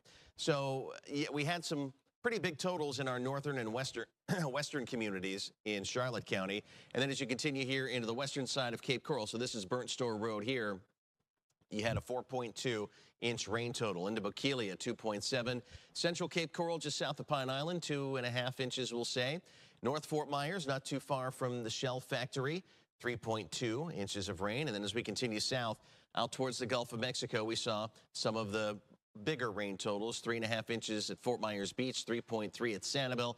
The south side, or I should say the Iona-McGregor section of Fort Myers, 2.3. South side of Cape Coral, southwestern Cape Coral, 3.1 inches. Out towards Flamingo Bay, 2.1, 1.7 at Captiva. And then we work south. We're seeing 1.3 at Bonita Springs, 1.8 at North Naples, 1.4 in Port Royal and Golden Gate Estates, 2.5 inches there in the southern portion of Golden Gate Estates. Golden Gate City, 1.1. Orange Tree at a little less than an inch of rain. Marco Island, about 1 to 1.5 inches of rain. And then you work over towards Everglades City and Chokoloskee. We're seeing about 1.25 inches in Everglades City, a little less than an inch, about 3/4 of an inch in Chokoloskee. And as we get back to the north, Immokalee, 2.5 inches of rain. And Clewiston, about 1.9, about an inch or so in LaBelle. Where you see these whites and purple colors from Sarasota to Palmetto up towards Tampa and Holiday, Florida. Let's zoom down in and show you how much that northern eye wall produced as far as rain. Take a look, 14.8 inches in Bradenton, Anna Maria, 13.3 inches of rain. Bayshore Gardens, 7.5. And as we get up here into this white area, take a look here at St. Pete Beach, over 16 inches of rain. And then you got 13.8 in St. Petersburg and up towards Largo, 11.5 inches of rain. So that's where the very, very heavy rain and the wind gusts, we saw wind gusts reported of over 100 miles per hour up in that eye wall as well as it came on shore. Hurricane Milton right now, 110 miles per hour with the 10 o'clock advisory. East-northeast movement at 16 miles per hour. The pressure is at 958. This is going to continue to weaken as it moves across the state and eventually out into the Atlantic Ocean. Here we got Babcock Ranch. We've got the trees blowing around because we are still seeing some wind gusts out there. But of course, with Babcock Ranch having solar power, all the lights are on here around Founders Square. although we are seeing some wind gusts and some at least light rain in parts of the area. Looks like we just have a little bit of a breeze here at Seagate Development Group at I-75 and Alico Road, and we're looking at that breeze to continue. Right now, we dial up WeatherBug because this gives us information in real time. We're seeing these winds change as the conditions change. And notice the direction of the wind is kind of changing as well. We've gone from south earlier today, southwest, and now we're starting to see indications of more of a westerly component. So that's good news. The faster we can turn this wind direction more northwest and eventually north, that will also help the storm surge situation here across the area. Fort Myers River District, where you saw Dave Elias, I noticed it was really, really gusty. So I wanted to dial up a location there. And in the River District, a west wind right now at 41 miles per hour. At Naples, Audubon Country Club, 33 miles per hour wind out of the west-southwest. Estero High School, 33 miles per hour out of the west. And Cape Coral High School, almost 30 miles per hour out of the west-northwest. So when you average all these wind directions out, when you kind of take a look at the wide scale, it's going to be a westerly wind direction, which is still onshore. So we're still going to have the storm surge event carrying on through the next several hours, probably until we get to sunrise tomorrow morning. Hopefully a little bit before then, we'll start to see some of those waters recede. But right now they're on the rise. Caloosahatchee is at 4.21 and on the rise. Flood stage is at 2 feet. And as you saw on Dave Elias's live shot, we do have water in downtown Fort Myers across the streets there. The Imperial River, we've also had video into our newsroom this evening with some minor flooding there. The current stage is at 11.49 feet. Flood stage is at 11 feet, so we're about a half a foot above flood stage. So that's going to give you some minor flooding. Same along the Peace River at State Road 70 at Arcadia, 11.78 feet. Flood stage is at 11, so we're about 3/4 of a foot above flood stage, so we're seeing some minor flooding. But a different story here at Naples Bay. Flood stage is at 1.5 feet, and we're at over 5 feet right now, and the water's continuing to rise up Naples Bay, so we have some major flooding going on there. Unfortunately, our camera at Bayview Dental Arts on Naples Bay is out right now, because that would have been a good one to show you with the storm surge and the water rising right now. Here we go with the trajectory of the wind westerly, and that continues through tomorrow morning. It does get weaker, that wind, as the storm itself weakens off to our north. So we're going to see a weakening Hurricane Milton. As that happens, our winds will relax some. Again, still onshore through the day tomorrow, but it's going to eventually turn from the west to the northwest, and then as we get into Thursday evening and Friday, we'll see more of a northerly wind. So that's going to do two things. With that northerly wind direction, you can see it's not coming onshore anymore. And in fact, by the time we get into Friday, it may turn northeasterly, which would actually be offshore. That'd be wonderful. So that will cut off the storm surge event. And then it will also drag down some lower humidity as we get into Friday, because you see the flooding in downtown. We've got Naples, Marco Island, Sanibel, Captiva. We're going to have a lot of people out this weekend cleaning up after this hurricane. And so we're going to have some really good weather in which to do that. So Milton continues to weaken over central Florida through the night, and it should be pushing out into the Atlantic as we start the day tomorrow. Storm surge is going to continue overnight, and then we do have some really nice weather for our cleanups, taking down the shutters and all that stuff this weekend. So we are going to see some nice weather after we're done with this storm overnight tonight. That's the latest on Hurricane Milton. Let's send it back over to the desk. Here's Peter. John, thanks. Let's take a live look. Margaritaville Resort on Fort Myers Beach. It gives you a sense of the wind still really whipping there, which is going to be bad for the storm surge. Unfortunately, it's so dark we can't see how bad or how high the water has risen, but this is from the Fins Up Beach Club right there on Fort Myers Beach. So just gives you the sense the wind is still really strong along our coast, and that is going to make it very difficult for the storm water to recede. So we'll keep an eye on Fort Myers Beach. Actually just got some video we'll show you in just a minute. I know our producers are getting it ready, but you see the water starting to go into homes on Fort Myers Beach. So another rough storm surge event for that island.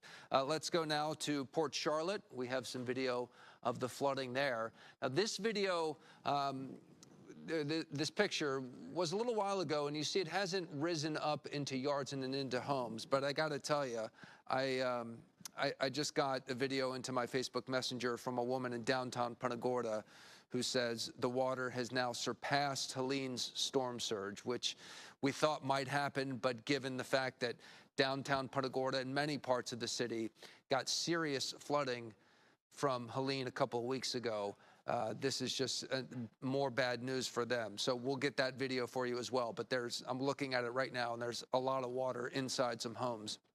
All right, next, let's go to Palmetto Palms RV Resort. This is off Summerlin Road in South Fort Myers.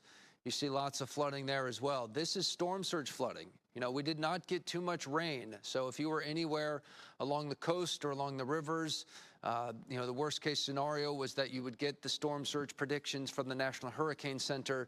We don't know if it hit the top end of those. We certainly hope that it's been less than that, but it's certainly been enough to flood a lot of homes once again and do damage. And now let's go to Naples, where the flooding is pretty significant on the roads, but we have not seen any video of Naples of water into homes. So that's something that we're going to keep watching, find out if the water is starting to recede in Naples like it is in Marco Island. So we'll keep watching the roads in Naples, and hopefully it stays on the roads and does not go into homes. All right, what do we have next? Cape Coral. More video of the transformers blowing. Cape Coral really seems to be in the hotbed of the transformer explosions tonight. We've seen a lot of them in Cape Coral, in the Iona area, because you're right on the coast. That's where the winds are strongest, and this is what happens when you just get the winds just rushing on, and maybe a gust comes in that's hurricane force or in the 60, 70 miles per hour range. Transformers are going to blow. Power outages have spiked all across the Cape tonight. We have been monitoring that, Megan Miller, in our alert center. So just another thing that we're keeping an eye on tonight. All right, where are we going next? Storm surge on McGregor. This is near Riverside Drive in Fort Myers. Again, not up to homes right there in this video, but this was a couple hours ago. So we're doing our best to get the latest information for you on what the storm surge is doing, because we know that that's the story to watch throughout the evening. Dave Elias is in downtown Fort Myers, just showed us that the water is starting to creep into businesses, and it's rising pretty quickly. So we'll keep an eye on that. For now, we're going to go over to Chief Meteorologist Allison Ray with the latest on Milton. All right, yeah, we're still watching this water rise, and unfortunately, this is just going to be such kind of a slow process for the next few hours. High tide is still not here. Waters are still really powerful on shore. Unfortunately, this is just one of those threats that we just kind of have to watch these water levels just continue to creep up. And I know it just kind of is a gut punch to so many folks, so many areas that dealt with Ian, dealt with even Debbie, dealt with Helene, and now it's just kind of, you know, 2 weeks later, we're dealing with this again. I get it. It's just frustrating. I get it. Unfortunately, we just have to wait. It's a waiting game now, and nature's just going to do its thing, and we have to hope that all the preparations that we did are holding. You know, Dave was saying a lot of things downtown are holding, so hopefully we can mitigate some of the cleanup that we're going to have to do come tomorrow. This is an image a lot of people asking about the Mayaca River. This is from Port Charlotte. This is from Mark. Thank you for sending me this. He said water came up pretty fast, and he's about 4 inches shy of where he was from Helene. We're still got an evening to go, especially into Charlotte County, Charlotte Harbor. The waters will still rise there. Again, all we're kind of hoping for when we look at these reports, when we look at the water levels rise, I just checked the gauge down in Fort Myers again, still rising. We're about a foot to go before we're at Helene levels, pretty far away, over 3 feet away from Ian levels. But the water, I think, will still come on in. Latest now, these are estimates. These are not reports, but I am hearing from some people inland, in LaBelle and Lehigh, saying, hey, it's still really windy here. And I did say, you know, the impacts are going to start to weaken now that the storm has made landfall. But I also tried to tell you how this storm doesn't weaken as fast as maybe we would hope or typically see from a tropical system. So these winds are going to stay powerful until we start to see that entire core of Milton move on land. So we got to deal with these power outages probably through the evening. If you still have power, consider yourself lucky. We will continue to see the winds increase, and with the saturated soil, with transformers seeming to go, we are going to kind of deal with these increasing power outages, specifically the farther north you are, or specifically if you're around water, because those water levels will continue to rise. Onshore winds continue. Again, these are an estimate, about 60 mile per hour winds possible for some areas coming on in. Let's kind of look at that futurecast as we go through the overnight hours. 1 o'clock in the morning, we're still expecting some pretty gusty winds, specifically into the Charlotte County region or into DeSoto County. Areas inland, you'll still have a breezy night. It won't be a quiet evening, but you will still have those winds kind of coming on in, bringing 40, 50 mile per hour winds. Those a little bit more manageable, but it's still going to be a gusty evening, and the winds are still on shore. It's not until the sun comes up that we will see the high tide return to a low tide.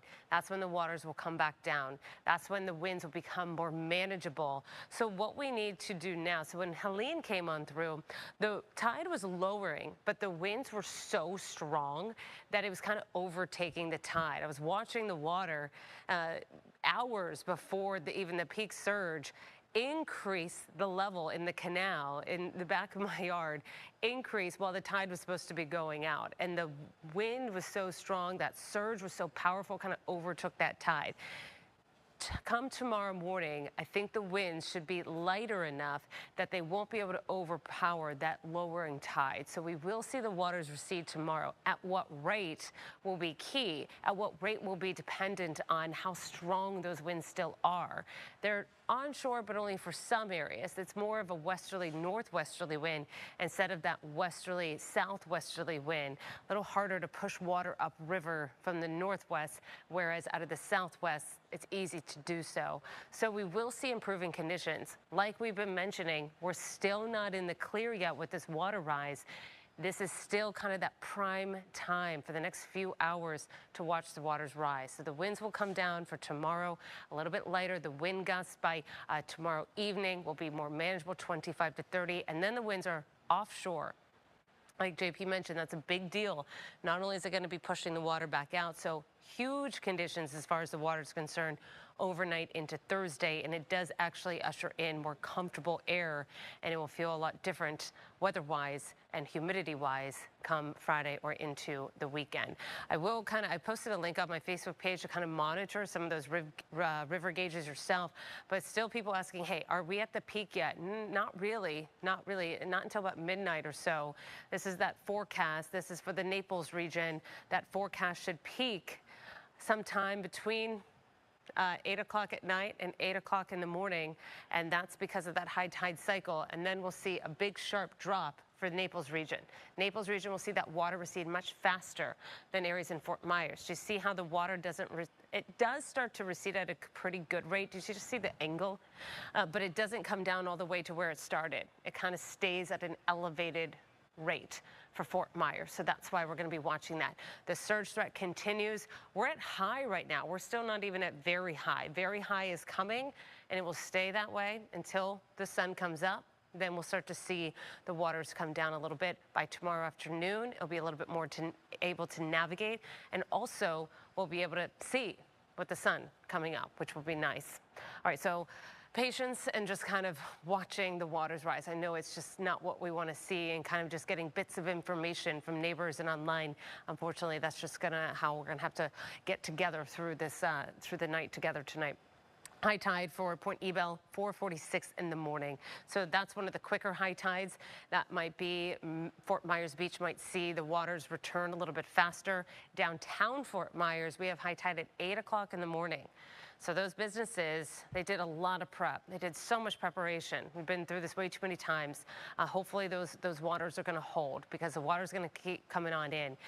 So we'll track that for downtown Fort Myers. Some of the other tides, now these of course vary a little bit, but the general theme is that we're still not at high tide for really many areas around Southwest Florida.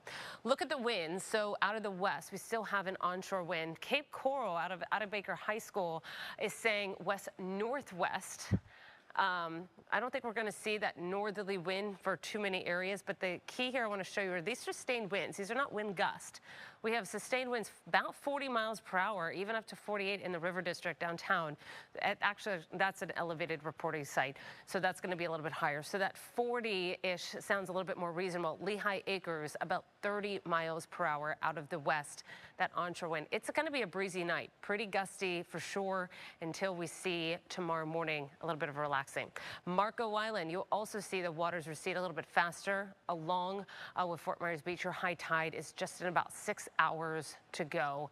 And then as we head to Pine Island and Matlacha, your high tide is just before 6 o'clock in the morning, and we'll track that. Here's the latest on Milton. This is a time lapse, so of course it has made landfall about 8:30 in near Siesta Key.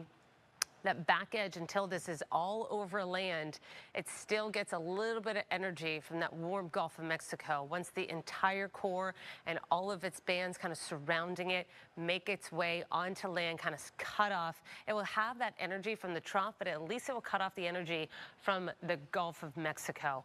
And we will be able to kind of see this relax and die off a little bit.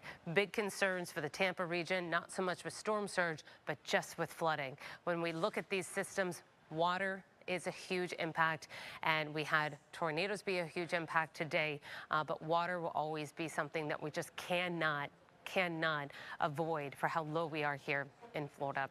All right, we're going to get more latest on Hurricane Milton. For now, I'm going to send it back to Kelly. All right, let's check in. Let's go to the NBC2 Alert Center, because we're getting some information from the Sheriff's Office about the things that they're dealing with. Yes, so we actually just heard from the county, and they said if you have someone that you want them to check on, there is an email address that you can reach out to right now, welfarestormchecks@legov.com. So say you do have someone in the Fort Myers Beach area or along a river, somewhere where that water is rising.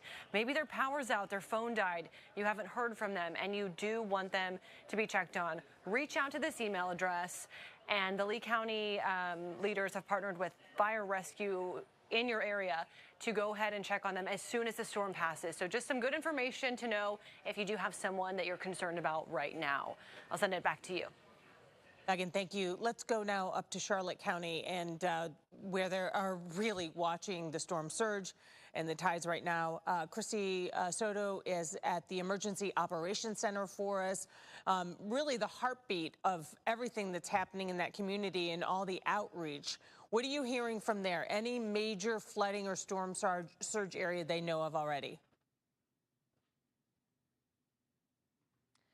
Well, I actually just spoke to some people here that were watching some live crews out there, some live feeds, and they saw that there's significant flooding in downtown Punta Gorda. And one of the videos and images that they saw, they actually saw some appliances floating down in the water there. So we're starting to get an idea that there's several possible feet of water in some of these areas. Right now, we are still hunkered down here in the Emergency Operations Center here in Charlotte County.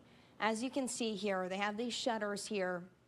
These doors are shut until those tropical storm sustained winds recede, and we don't have those winds anymore. But we've actually been standing here for about 5 minutes or so, and we've been hearing those rattlings. We've been hearing the wind out here, but only here at this door. We haven't been able to hear any wind or rain really from where we are here in the Emergency Operations Center in Charlotte County. But in this building, we have all of the decision makers. So you have fire, you have the sheriff out here, you have Public Works, Parks and Rec, everyone that needs to make a decision about the next step forward once emergency response crews are able to go out into the community again are in this building right now. There are firefighters from all over the state. There, I saw one earlier today from Hialeah. There are strike teams staged out here, ambulances.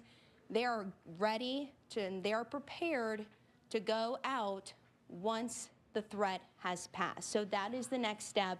Right now, everyone is just waiting. They're waiting for it to be safe to go outside, to assess the damage, to see what the damage is, to then go into the next plan of action. So we know the way it works is first, once those sustained tropical storm force winds subside, they'll go out, Public Works will go out and clear the roads of any big debris so emergency response vehicles can get through those straits. That's the first big task. And then Sheriff Permel says as soon as it's safe, he is going to send his deputies out there to help anyone in need. And the sheriff says if it comes down to it, he will also help people in need. We saw him doing it during Hurricane Helene. Listen to what he had to say to us earlier today. If the need arises, I will be out there. You know, I was out in my vehicle and I heard one of my deputies calling for help because there were people trapped in their homes. So I responded, and I mean, that's what I do. I'm law enforcement first. So if somebody needs help, I'm in the area, my people need help, I'm gonna go. You love this place. Yes, I do. This has been my home for well over 30 years. Raised my kids here. Now my grandkids are being raised here, so this community means something to me. How are you doing? I'm holding in there. So I got a lot of good people who got my back, so I'm good. We'll get through it. Yeah, we do. We always will. Yeah. So everyone just got to remember, we stay strong, stay safe, and we don't quit. And that's the message. We're going to stay strong. We're going to get through this together. Another thing I really want to mention is that the National Guard is here. They're here at the Emergency Operations Center. They're geared up. They're ready to go to help distribute supplies to people in need. Also, the sheriff told me earlier today, those Miami search and rescue crews, they should also be coming up here later this week. He believes that they'll come here on Friday. So we're getting resources from all over the state to assist. FPL is also in the building. They're taking a look at all of those outages. So we have the biggest decision makers here in this building. But right now, what they tell me, it's just a waiting game. It's a waiting game until we can get outside, and that is the biggest thing that we're waiting for right now. As soon as I get any new information, I'll be sure to update you guys. But for now, I'll send it back to you guys in the studio. Christy, thank you very much. We want to remind our viewers that if it's safe and you feel comfortable sending us some video from your neighborhood or any flooding that you're seeing, please send it in to us. It's news tips. One word, news tips at NBC-2.com. Again, you know, don't put yourself in danger, but we are looking at trying to assess the situation from different corners of our community. So if you see flooding or anything of interest in your neighborhood, have some video, please send it to us at newstips at NBC-2.com. Let's head down to Collier County now. Ryan Arbogast has been all over the county for the last 3 days assessing the situation, and he is outside the courthouse right now, just east of downtown in Naples. Yeah, Kelly, to really understand the flooding that we've seen in Collier County, you need a little context on the directions. Our Naples Bureau is along Pine Ridge Road in North Naples, in the Pelican Bay neighborhood. And we were unable to access Tin City, the Beach Shore, 5th Avenue South by US 41, Goodliff Frank Road, Airport Pulling, and a number of others. And we're forced to take Radio Road all the way here to East Naples. Now, you can see and hear the wind is extremely powerful. It's hard to even stand up.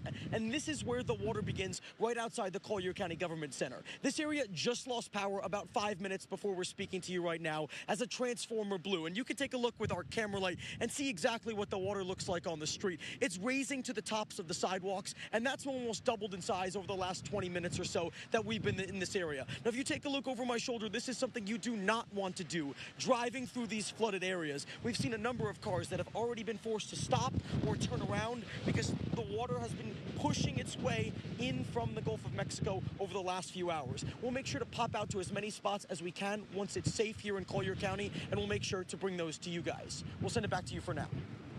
Ryan, thank you very much. There's just so much going on. Doing our best on the current wind speeds in the area. So for Fort Myers, the wind right now is out of the west up to 48 miles per hour. Cape Coral, the winds are from the west northwest at 41 miles per hour. Naples, where Ryan was reporting live from just a moment ago, that is a west northwest wind at 39 miles per hour.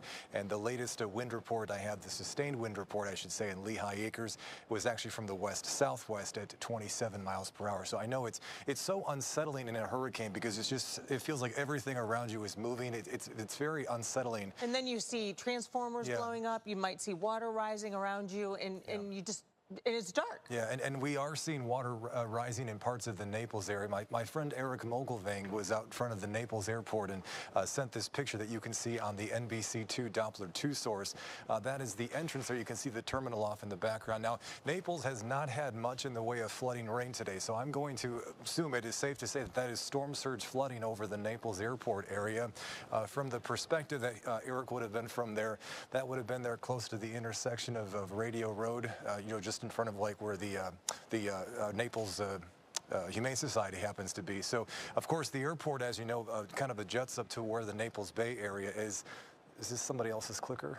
All right, there we go. So here's where the Naples airport is. That's where that photo was taken, and that's where, of course, it reaches down to where Naples Bay is. So it appears we have water from the bay that's been able to move up toward the Naples airport area, which I'm told we have video of the Naples airport right now, actually, so let's go ahead and take that full. Oh, actually, that must have been Eric's video there.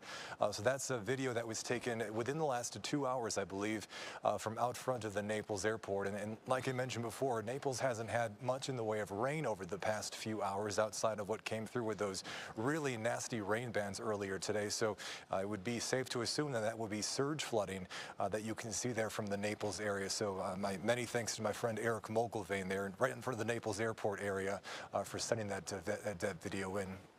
A look at how the radar returns that play out here is really quite something that we don't have very much in the way of rain, of course. As you know, there's some drier air that's being pulled into the southern side of the system, and it's really shut off the rain coverage for our area. We only have a leftover area of steady rain across portions of Lee County, and that's about all. And it's the wind that's the big unsettling thing right now, both in the strong wind gusts that are enveloping our community and what it is doing to the storm surge prone areas of Charlotte County, Lee County, and Collier County. Now, as we move through the next couple of hours here, we may see a few additional areas of rain wrap around the southern end of the hurricane, but it appears overall that any additional rainfall will be pretty minimal. So any flooding going forward will be purely on a result of storm surge flooding, not flooding from rainfall, and because all the heavy rainfall from this hurricane is now well to the north of Port Charlotte and well to the north of Punta Gorda. It's just coming down real heavily here in the Tampa area. There's where the last of 4 hours look like. The center of the hurricane making its landfall on Siesta Key. What's left of it here is a Category 2 hurricane continues to pull toward the northeast, and it's all the air that's wrapping around it. That's this onshore wind for us that will keep this risk of storm surge very, very high. Now look, it's really unsettling to be in a hurricane. It's even more unsettling to be in a hurricane when it's dark outside, so we will be with you until this is over, and I know this is going to be a long couple of hours because it's tough to even know what's happening outside because so many people are without electricity and because it's happening at the dark. You know, when it's dark outside, it's tough to see what this storm surge issue really looks like. So again, the winds are going to stay notably strong throughout the rest of the night tonight. These areas that are shaded in yellow show you the extent of tropical storm force winds. So when it comes to areas like Charlotte County, and someone correct me here if I'm wrong, did I hear Christy Soto say that she had a report of an appliance floating somewhere in Charlotte County? Did someone else hear that as well? She was watching video at the EOC Center, and they were watching videos from downtown Punta Gorda, and they were seeing it was flowing like a river. Boy. And that there were appliances, actually. That's how powerful it was to pick up appliances. Well, that would indicate then that water's getting into people's houses. That would be enough to lift up appliances. So that is really unsettling, especially when you consider that we are not done with the risk of storm surge. That risk of storm surge is going to stay very high for the rest of this evening in these areas of Charlotte County. So this graphic here is trying to depict to you the wind gust direction over the course of the next few hours. It's really important to focus on the wind direction, because that's what's going to push water from the water toward land. So whenever you have an onshore wind like we do right now in areas of Punta Gorda here in this part of Charlotte County, that risk of storm surge will remain. As we move toward the next couple of hours here, that's a look at snapshot in time of 1:30 in the morning. Areas of parts of Charlotte County easily seeing wind gusts still up and above 30 to 32 miles per hour on the western side of the county. But for areas in Punta Gorda, we will likely still have an onshore component component to the wind. So this storm surge threat continues all the way into the early morning hours on Thursday. This is a look at where the wind snapshot time is expected to be for 4:30 in the morning tomorrow. And again, you can see these wind arrows trying to give you a visual depiction of the wind direction. And again, anytime it is onshore, even though the winds will be lighter tomorrow, we will have difficulty getting the areas that do see storm surge flooding overnight tonight to fully dry back out. So, you know, we're sticking with you, Charlotte County. I know it is tough. I know it's dark, and I know storm surge is very worrisome, and it is ongoing right now based on what we're hearing from people in the area. So we will do our very best and relay every report we get to you so you folks are aware of what's going on in your community. In Lee County, we know that storm surge is ongoing. We spoke to the mayor, Mayor Albers, not terribly long ago, and he was saying that the storm surge levels are notable here on Fort Myers Beach. And as you'll find here, we will continue with an onshore wind for areas like Fort Myers Beach, areas of western Sanibel and the western side of Cape Coral as we move through the middle of the night here. This is a look at 1:30 in the morning on Thursday. This is a look at 4:30 in the morning on Thursday. You notice just a very subtle shift in the wind direction. Still fairly strong, though. The closer you are to the Gulf, the stronger the wind will be. But all the way through 4:30 in the morning, look at this. There may be a direct onshore wind from most areas of Fort Myers Beach. So that's why this storm surge risk continues throughout the night tonight. And will be with us all the way into early tomorrow as we finally get toward the sunrise hour early on Thursday. So as we walk through time together, let's also keep tabs with what's happening with the storm surge and wind direction and gusts across Collier County. This again is trying to give you a depiction of both the wind direction and the wind gusts as we move forward in time. As we move toward 1:30, 2 o'clock in the morning, most areas of coastal Collier County will have either a west or southwest wind. So that's an onshore wind for these areas, which means the risk of storm surge continues throughout the night tonight. Move toward very early tomorrow morning as we approach the sunrise hour. Yes, the winds finally start to relax, but look, it's an onshore wind. And where you see those shades of red, that of course indicates faster moving wind. There's less resistance for the air when it's over top of the water, so it moves a lot faster. That's why that risk is so high of coastal flooding throughout the early parts of the day on Thursday. I believe now I'm going to send it back over to Kelly and Peter, and we'll do our best to keep you folks in Punta Gorda aware as to what's going on. As that latest report there from Charlotte County is certainly something that is very worrisome. Back to you then. Thanks. Yeah, I'm just getting a report from a friend who is in Punta Gorda Isles, and they have 6 inches in their garage so far, and the water appears to be coming up. So this is video from Naples Park, and this is from inside a home that flooded during Hurricane Ian, and they did get some flooding during Hurricane Helene, so they decided to use that Flex Seal and some tarps to keep the water out. Now, a little bit of water is getting in, but look at that. You can see the sandbags outside the door. That is the water coming up.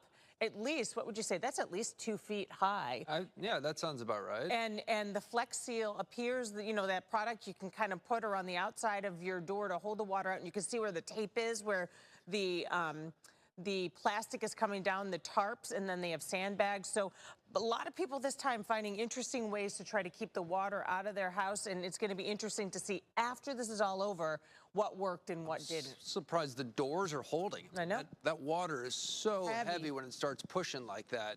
All right, this is some new video. This is actually my neighborhood in Fort Myers. A woman who lives one street over just sent me this.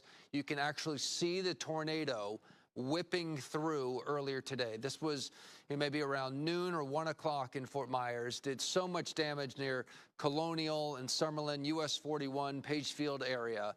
And the winds, our meteorologists estimate that there were winds probably within this tornado, 90, maybe even 100 miles per hour. Trees were falling all over the place.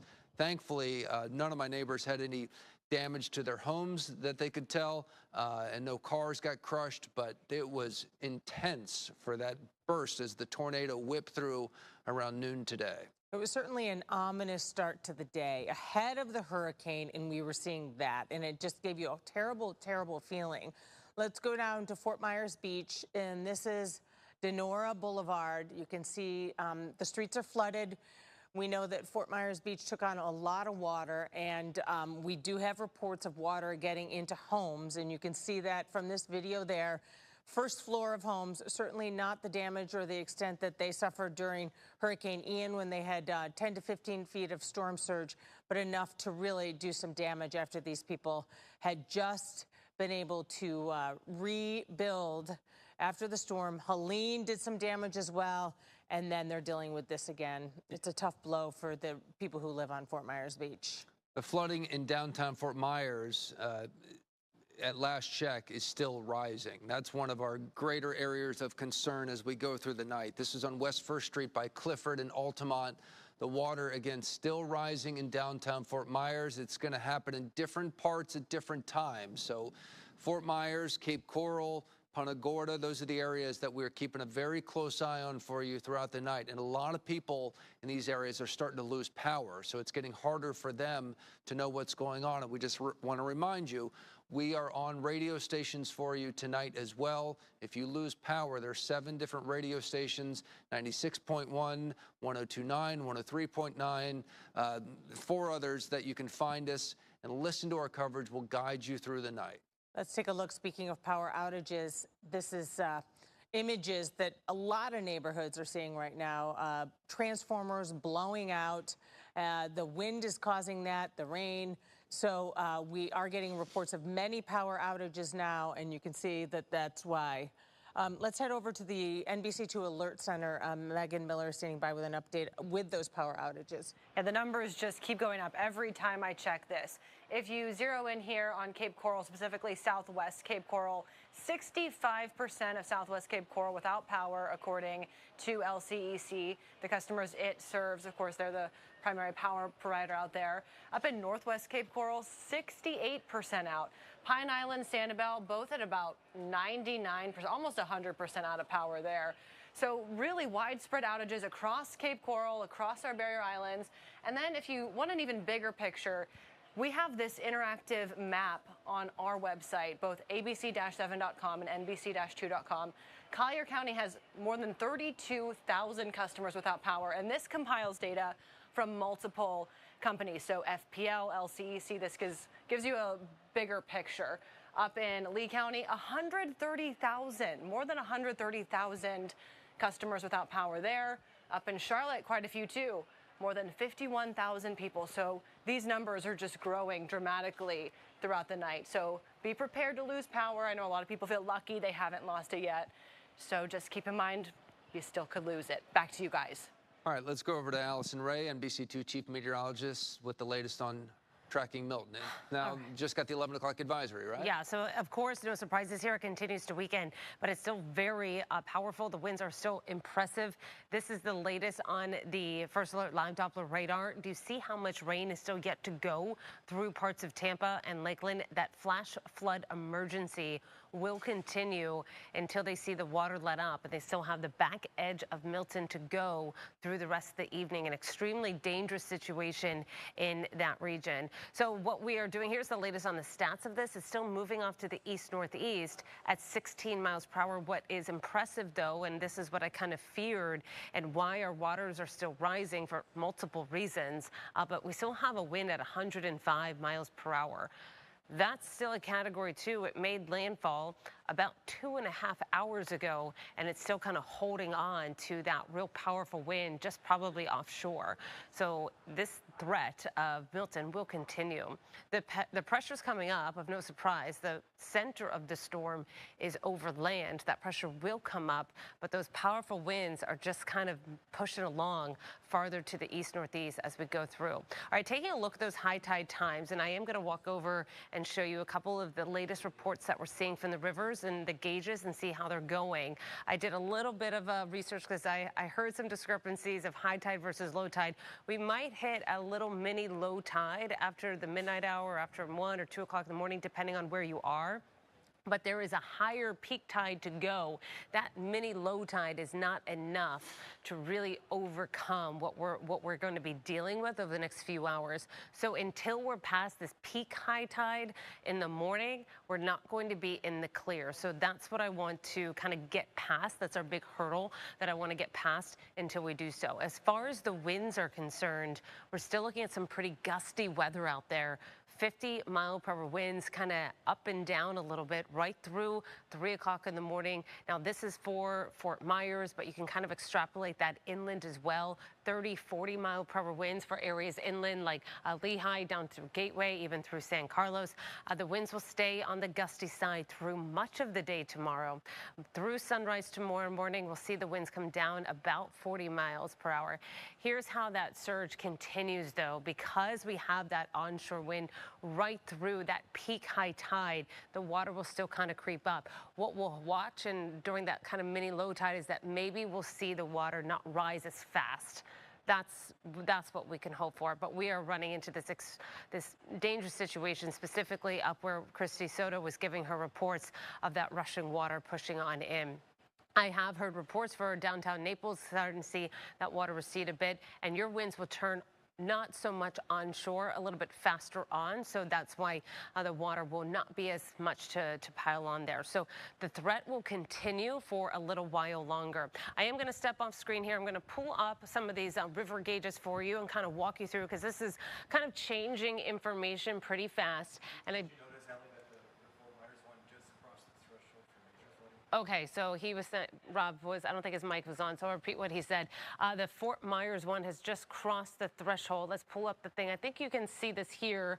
I'm going to make this full screen for you. Yes, you can see it. Okay, great. So with the latest advisory, the latest observation for Fort Myers was at 10:30. It is now 11:04, and that latest observation was at 4.64 feet. Major flood stage in downtown from this gauge is at 5 feet. To give you some reference, with Helene, it was at 5.12. So we are just about, say, 6 inches or so from where we were with Helene. The record is at 7, which was Ian level. So we'll stay far away from that. But we are expecting this to continue to rise. What we'll hope is that it doesn't rise as fast as it has been. Here's a report from the Horse Creek in Arcadia. We're at 13 feet about.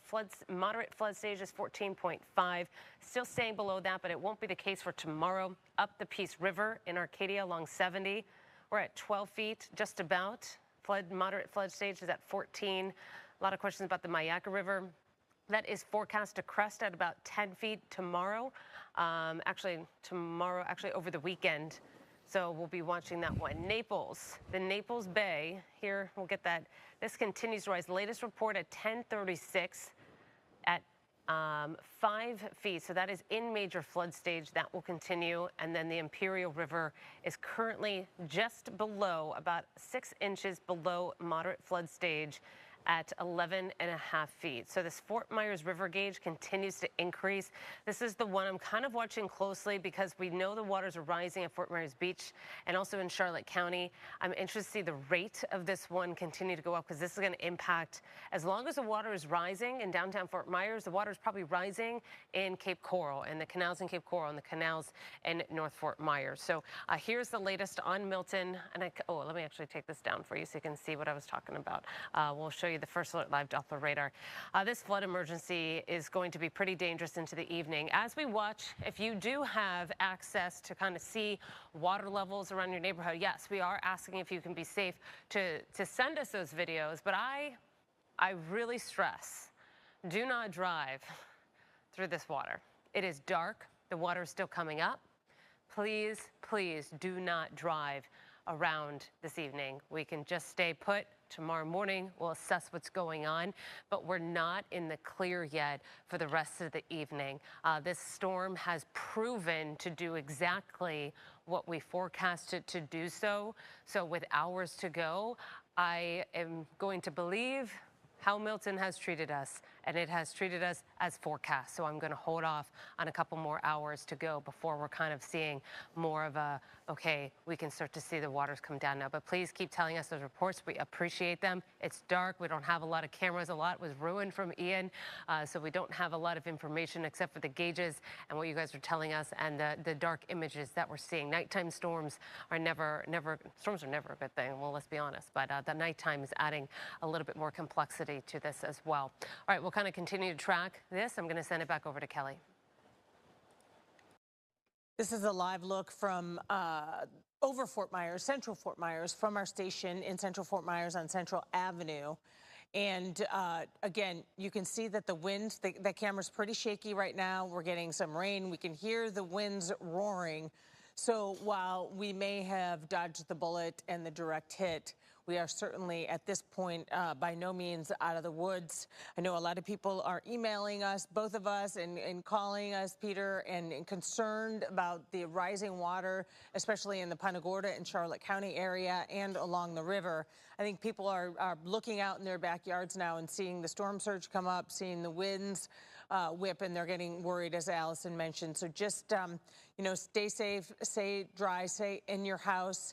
And you know, we're going to get you through this, but the storm surge will continue, and we're trying to get to high tide. Can you open up Rob Dunn's mic, please? I'm sorry to interrupt. I just wanted to mention that I texted Christy Soto. She had a live report from the Charlotte County EOC and said there was a report of an appliance of some sort that was floating. She texted back and said it was noted by Marion Avenue near the River City Grill. So it's not clear if it's connected to the grill, if we just happened to be there, but Marion Avenue was the place where we did have a report of an appliance of some sort that was noted in the water. So the storm surge event ongoing in Punta Gorda. So Well, we're watching. I've seen some videos on YouTube from storm chasers, and the water in downtown Punta Gorda is flowing like a river down Marion Avenue, and it's pretty high right now. So that is definitely something that is happening. Someone just sent me a video from Olympia Avenue, which is near there, downtown Punta Gorda, right by the river. They said they have at least 2 feet of water in their garage. Oh, my gosh. It's now higher than Hurricane Helene. Oh, no. Which we know just did a ton of damage in downtown Punta Gorda. Oh, boy. So they said it's at least 2 feet in their garage and going higher. Oh, boy. 2 feet is enough to start moving cars around. So if there were cars left outdoors in 2 feet of water, before the Fort Myers Beach camera went down at the Margaritaville Resort, I was trying to give you perspective on just how fast the storm surge was moving. It moves. So if there's really 2 feet of water on the ground in some of those neighborhoods in Punta Gorda right now, and there's cars outside, there's a very good chance that they're going to start to get pushed around here, because this storm surge event is ongoing. Even though we dodged the bullet in terms of the intense winds around the eye, the storm surge event is still a prime concern for our neighbors, most especially in Charlotte County, but up and down the entire coastline here tonight. And again, I apologize for jumping in there. No problem, Rob. Okay, so this is Fort Myers Beach. This is Margaritaville. We've been showing you this camera periodically throughout the night just to show you how strong the wind is still blowing, and blowing right into the camera. So it's still coming onshore, making that storm surge continue. Let's show you what's going on Bokeelia, because this is a new picture that we just got from one of our crews. This is on the north end of Pine Island, Bokeelia, Stringfellow Road. There's a power line, at least one, maybe more, right in the middle of the road. So we show you this because even when the storm water recedes and people want to get out and about in the morning, this is going to be a challenge, because you're going to have trees and power lines and other things blocking roads, and this is the kind of stuff that's going to take a little time to clean up. Yeah, let's take, speaking of cleaning up, this is Fowler Street near our studios as well. Again, a lot of the roads, do not venture out. Power lines are down, trees are down in roads. It's very dangerous. The emergency officials are asking everyone to stay off the roads. They don't want to come out and have to rescue you. They're trying to do wellness checks on people and just make sure that everybody is safe in their home. So don't venture out if you don't have to. This video of the Naples Pier, obviously it's a few hours ago before the sun went down, but this gives you a sense of just how strong the winds on the Gulf were. I mean, those waves are crashing right over the pier. This is a pier that was already practically destroyed by Hurricane Ian, so it's not going to do any more damage. In fact, they're going to tear it down hopefully by the end of the year so that they can start building the new Naples Pier, which will cost millions and millions of dollars and hopefully be able to withstand these kind of storms in the future. But this is just, when you see the water rushing that strongly, crashing over the pier, you start to realize, okay, this is why the storm surge is starting to really flow into our coastal communities. Getting some new information from our crew in Cape Coral. They are watching multiple transformers blowing out in the Cape. They say they've seen at least 5 in the night sky. They say multiple neighborhoods in Cape Coral are dark. So it's kind of eerie right now. This isn't Cape Coral. This video isn't. Can we come back to the desk, please, so we're not kind of confusing people? Because that video was from Palmetto Point in South Fort Myers off of McGregor Boulevard. But Elise Chingari just sent a note into the newsroom that there are no cars on the road on the Cape, which is the good sign, but they are seeing a lot of transformers blow, and most of the city is dark. Yeah, we've heard some reports coming in of tons of power outages in Cape Coral and transformers blowing. That's one of them right there. And we are working with LCEC to confirm, how many outages are there, how long it might take to restore power. Safe to say that it won't be till at least tomorrow, just because the winds are so strong and it's still so dangerous out there that they can't send crews out at the moment. But we certainly want to make sure that There you go. Yep, we certainly want to let our viewers know they're probably listening at this point and not able to see us. But we are trying to find out more information about what's going on in Cape Coral, what caused so many outages, and how quickly they might be able to get it fixed. Let's go to the new drone video that we have of earlier today. I'm sorry. Oh, it's going to come here. But this is of the tornado damage earlier today in North Fort Myers at that mobile home community. Fairways community, and there you go. You can see the just absolutely awful devastation. Roofs ripped off. Entire mobile homes just picked up and moved off their base. I mean, that's where, see that manufactured home? It was moved, picked up and moved into a new spot.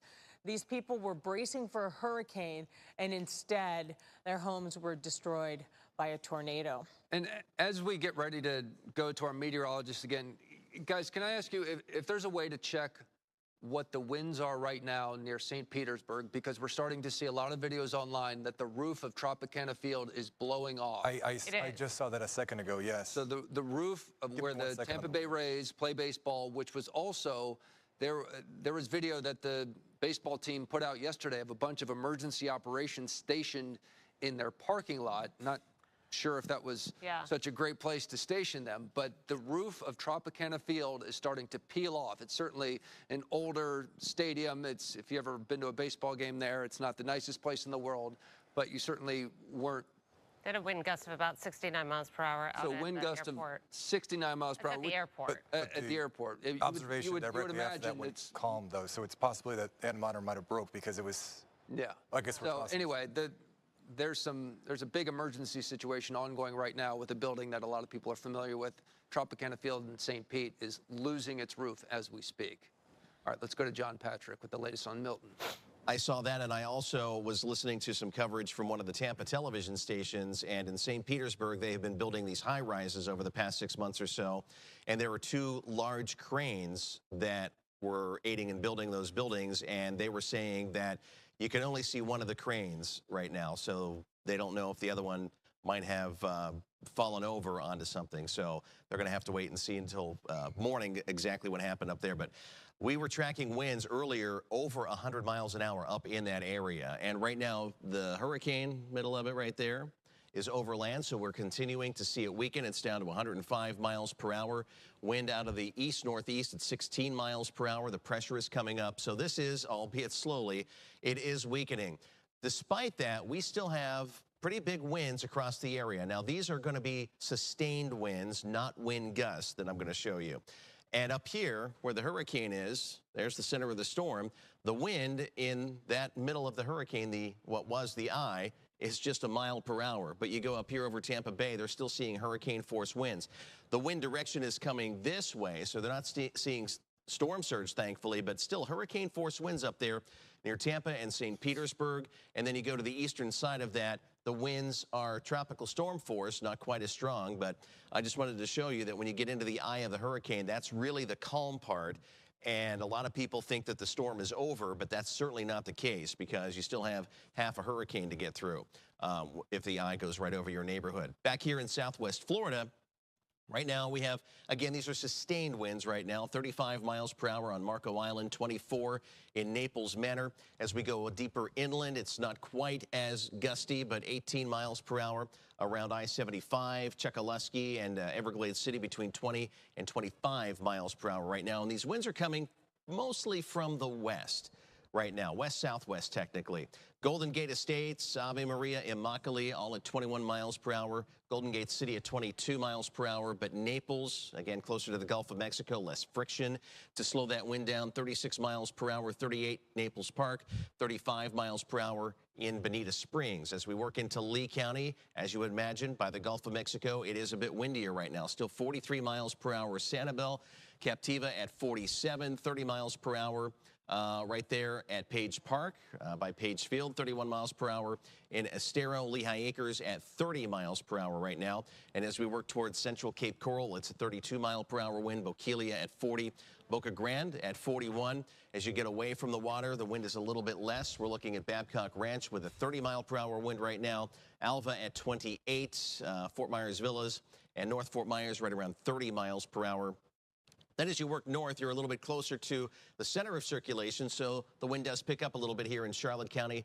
Tropical Gulf Acres at 34, along with Punta Gorda. Across the river into Port Charlotte, 28 miles per hour right now, 34 at Deep Creek, 31 miles per hour at Lakeville, 32 miles per hour there near Gasparilla. And then Arcadia, around 40 miles per hour, along with Joshua and Nocatee, Fort Ogden at 37, and a 42-mile-an-hour wind at Brownville in the northern sections of DeSoto County. And we're looking at about 25 to 30 miles per hour wind here in our inland areas. Moorhaven 28, 30 in Clewiston, LaBelle at 28 as well. And these winds are still coming onshore.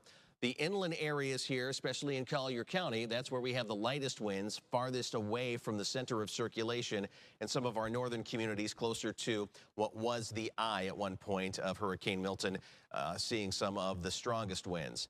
The rain, not a whole lot out there right now. This is our live Doppler radar around Cape Coral, especially in the northern and central portion of Cape Coral. We're seeing some very light rain out towards the north side of Pine Island, around Bokeelia, out towards Boca Grande. We've got some rain, not so much rain in Captiva right now, but Burnt Store Road, Pine Island Road, it does dry up around Veterans Parkway, but this is just kind of a steady light rain. This is what was the southern eye wall.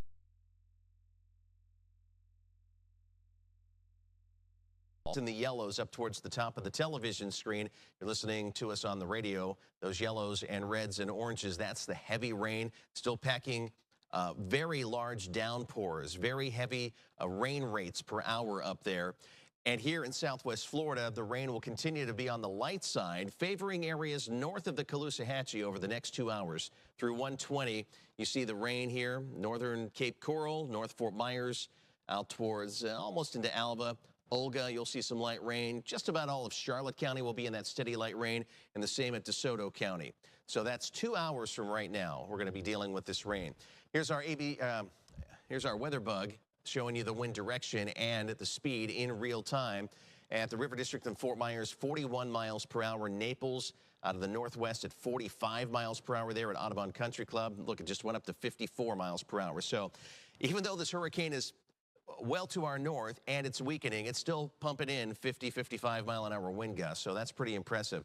Estero High School at 25 miles per hour and Cape Coral High School at 28 miles per hour.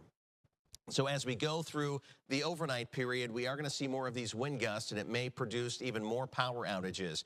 Lee County has 160,000 customers right now without power. 52,000 in Collier County, 60,000 in Charlotte County, and as you head into Sarasota County, 220,000 customers without power right now, 6,000 in DeSoto County. Hendry and Glades County, you're not sitting too bad. Each of those counties has about 500 customers without power. Now you head up towards Tampa Bay, we're looking at about 200 and 250,000 people on either side of Tampa Bay without power, and they're still dealing with those really incredibly gusty winds and, of course, the rain bands on the north side of the hurricane, which continues to travel through central Florida right now. Our wind direction is going to continue to be onshore overnight, and we may see a little bit of just light rain, spotty light rain like we showed you on the radar. That may continue overnight. As we get into Thursday, the wind will start to change direction from the west as it is right now, By the afternoon and early evening, we'll see more of a northerly component to the wind. So that'll be good. If we can turn that wind to the north, and eventually it is going to turn to the northeast, which would be offshore, that's going to stop piling up that water up against our beaches, and it will allow the water that is piled up and flooding our area right now to recede back into the Gulf of Mexico. So we have overnight to get to tonight, and then things will start to improve tomorrow, where we can hopefully see some of this storm surge recede back out into the Gulf of Mexico. We are going to keep tracking Milton right through the night. We are going to keep our eye on the storm surge and the gusty winds that continue to howl here in southwest Florida. So make sure you keep it right here on ABC 7 and NBC 2. Let's send it back over to Kelly and Peter right now. I'll show you some new video. Punta Gorda is one of the areas that we are really concerned about the storm surge continuing to rise throughout the night. And someone sent me... I was just texting with someone in Punta Gorda Isle, so we're trying to find out. This is on Olympia Avenue. This gentleman's daughter sent me this video. Let's listen in as he kind of narrates. Hey, folks. Hal Aikens coming to you live from beautiful Punta Gorda. Not so gorgeous tonight. So he said, you can tell he's still in good spirits, but he has at least 2 feet of water in his garage, and this was 45 minutes ago. His daughter told me that the water continues to rise, and they're in one of the higher homes on the street. So other homes have even more water in their homes. So this is Olympia Avenue. They got hammered by Hurricane Helene just a couple of weeks ago, and he said this is at least 6 inches higher so far than what they got from Helene. So the water is rising in downtown Punta Gorda. Not what we want to hear. Let's get the status of what the emergency situation is in Charlotte County as a whole and go out to Christy Soto, who is live at the Emergency Operations Center. You know, Kelly and Peter, storm surge was a big threat that everyone here at the Emergency Operations Center was expecting and preparing for. So this is not something that shocked anyone to know that we are seeing some feet of water into people's homes, like you said, Peter, on Olympia Avenue. But everyone here at the EOC, we're still hunkered down because we're still experiencing the sustained tropical storm force winds, and until that is lifted, then the emergency response units can go out and really assess the damage and then respond to the people in need. But I am here in this building with all of the county leaders, all the people that make the decisions, that are eager to get out there and help the community. And I'm joined here with John Elias. You are the Director of the Public Works. John, where are you right now in terms of plan of action as soon as these doors open? So today's primary mission, after we assisted with our partners in the agency, gathering people up and putting them in shelters, but today our primary mission was to locate our equipment to where it would be high and dry. Tonight, all we're doing is monitoring the situation. Again, to your point, we were expecting and kind of had a game plan with what we're going to do. We've staged our equipment strategically throughout the county in areas we call green zones that are dry, and tomorrow we begin the initial push, working with our partners in public safety and law enforcement to get the major roads open. We got maps, we got lists of the roads that we're going to do throughout the county, and our goal is to get this stuff pushed off the road just so public safety can access people and make sure that if there's anything that they need to do, that they have the ability to get there. So a lot of people that are watching at home and listening on the radio, they want to know specifics. What roads, what areas are flooding right now? What have you seen? So this event, we had suspicions it could cause 2 types of event. A rain event, which is just localized flooding due to the amount of rain, but our primary concern was storm surge. And what we actually end up seeing, we did get significant rainfall. We have areas that we know have gotten over 5, maybe 6 inches of rain, but we feel that those areas have drained off relatively steady. So that's been a godsend. The primary concern we had is with coastal low-lying areas having storm surge. So all your barrier islands like Minnesota Key, we're watching live feeds from there, and it's definitely got significant flooding, which we expected. And kind of what we call all of our normal areas, that Charlotte Park, El Jabin, Salona, Charlotte Harbor, Gulf Cove, South Gulf Cove, all those areas that are right up against the coastline, those are the areas that we're expecting to see impacts from tidal surge. So when it comes to where you guys are going to go first, are you guys going to those barrier islands first? You're going to go to those low-lying areas like Charlotte Harbor. We know there's still a lot of debris even left to pick up from Helene. that I know you guys worked so hard to pick up. I mean, hundreds of loads, but there was so much debris. I'm sure that's a big concern for you, because what is that water going to do? It's going to slosh all that debris around, and it's going to scatter it. So for sure that is a concern, and we did a full court press. We had every literal dump truck that the county owned, utilities, parks, ours, everybody was out trying to pick up debris. We had our debris contractor here. We do expect that debris to move in those tidally affected areas. We were able to get a lot, to your point. We don't necessarily concentrate on areas. We concentrate on major road corridors that get from public safety buildings, major infrastructure roads that get resources in here. That'll be our primary focus on this initial push that we call it. And then we go county-wide, and we literally hit every single street in the county, and it's not to pick up debris, it's just to get the roads open and push that debris out of the way so public has access and the public services have access. That way all the emergency response vehicles can get through. That's absolutely correct. Yep, public safety. What's your biggest message right now to the people that are listening and watching? We have an amazing team here at the Emergency Operations Center. All of us are in one room. We coordinate all of our activities. Our JIC has done an amazing job, Joint Information Center, putting out information, and just let the public know that we're here. We're ready to respond as soon as it's safe to do so, and we will be doing that. And John, I want to go back real quick to the images that you've seen on Minnesota Key. Can you be a little bit more descriptive maybe on what you've seen so far? Sure. So the images that I've seen are primarily around the roundabout where there's a decorative shell, and it looks like there's 2 to 3 feet of water in that area. So, and that's kind of what we expected, and there still may be additional surge tonight. We're monitoring that and just trying to see what that brings us. But again, I can't stress this enough. The tidal inundation maps that we seen yesterday were catastrophically worse than what we're actually seeing, and that's a blessing. It's still bad. We understand that people, homes, and lives are impacted, but it could have been so much worse. Thank you so much, John. I really appreciate you taking the time to talk to us. No problem. Appreciate it. So as you heard from John, Minnesota Key, they see images that they could have 2 to 3 feet of water. Another area that we know that we've seen images of is Marion Avenue in the historic district of Punta Gorda. We've seen several feet of water there. I've seen images of kitchen appliances floating right in front of River City Grill, right on Marion Avenue in the heart of Punta Gorda. So we're starting to see those images, and we're starting to hear from people on the damage and the surge that we're seeing in this area. We're going to continue to monitor the conditions from here. We're going to continue to provide you updates once we get them. As soon as we are able to get out of the Emergency Operations Center, we're going to head to these affected areas safely and try to bring you live reports so you can see the surge and the damage from Hurricane Milton. I'll send it back to you guys in the studio. And we're in the NBC2 Alert Center with some breaking news and some brand new video, some wild video. Look at this. This is Tropicana Field in St. Petersburg. The roof has come off. So this is a polymer material that is lighter than glass, and it flew off of the stadium there. It looks like the metal frame is still intact for those who are just listening to us. I'm trying to describe what I'm seeing here, but the stadium there is exposed. And this place was being used as a shelter for first responders, a place where they were staged to go out and help the community in response to Milton. I am told that St. Pete Fire says the people inside are safe. They did make contact with them, but the home of the Tampa Bay Rays completely exposed tonight with that roof flying off. You can see the materials flapping in the wind, but the good news is, sounds like the people who were inside sheltering there, the first responders, are safe. We will continue keeping an eye on this for you here in the NBC2 Alert Center.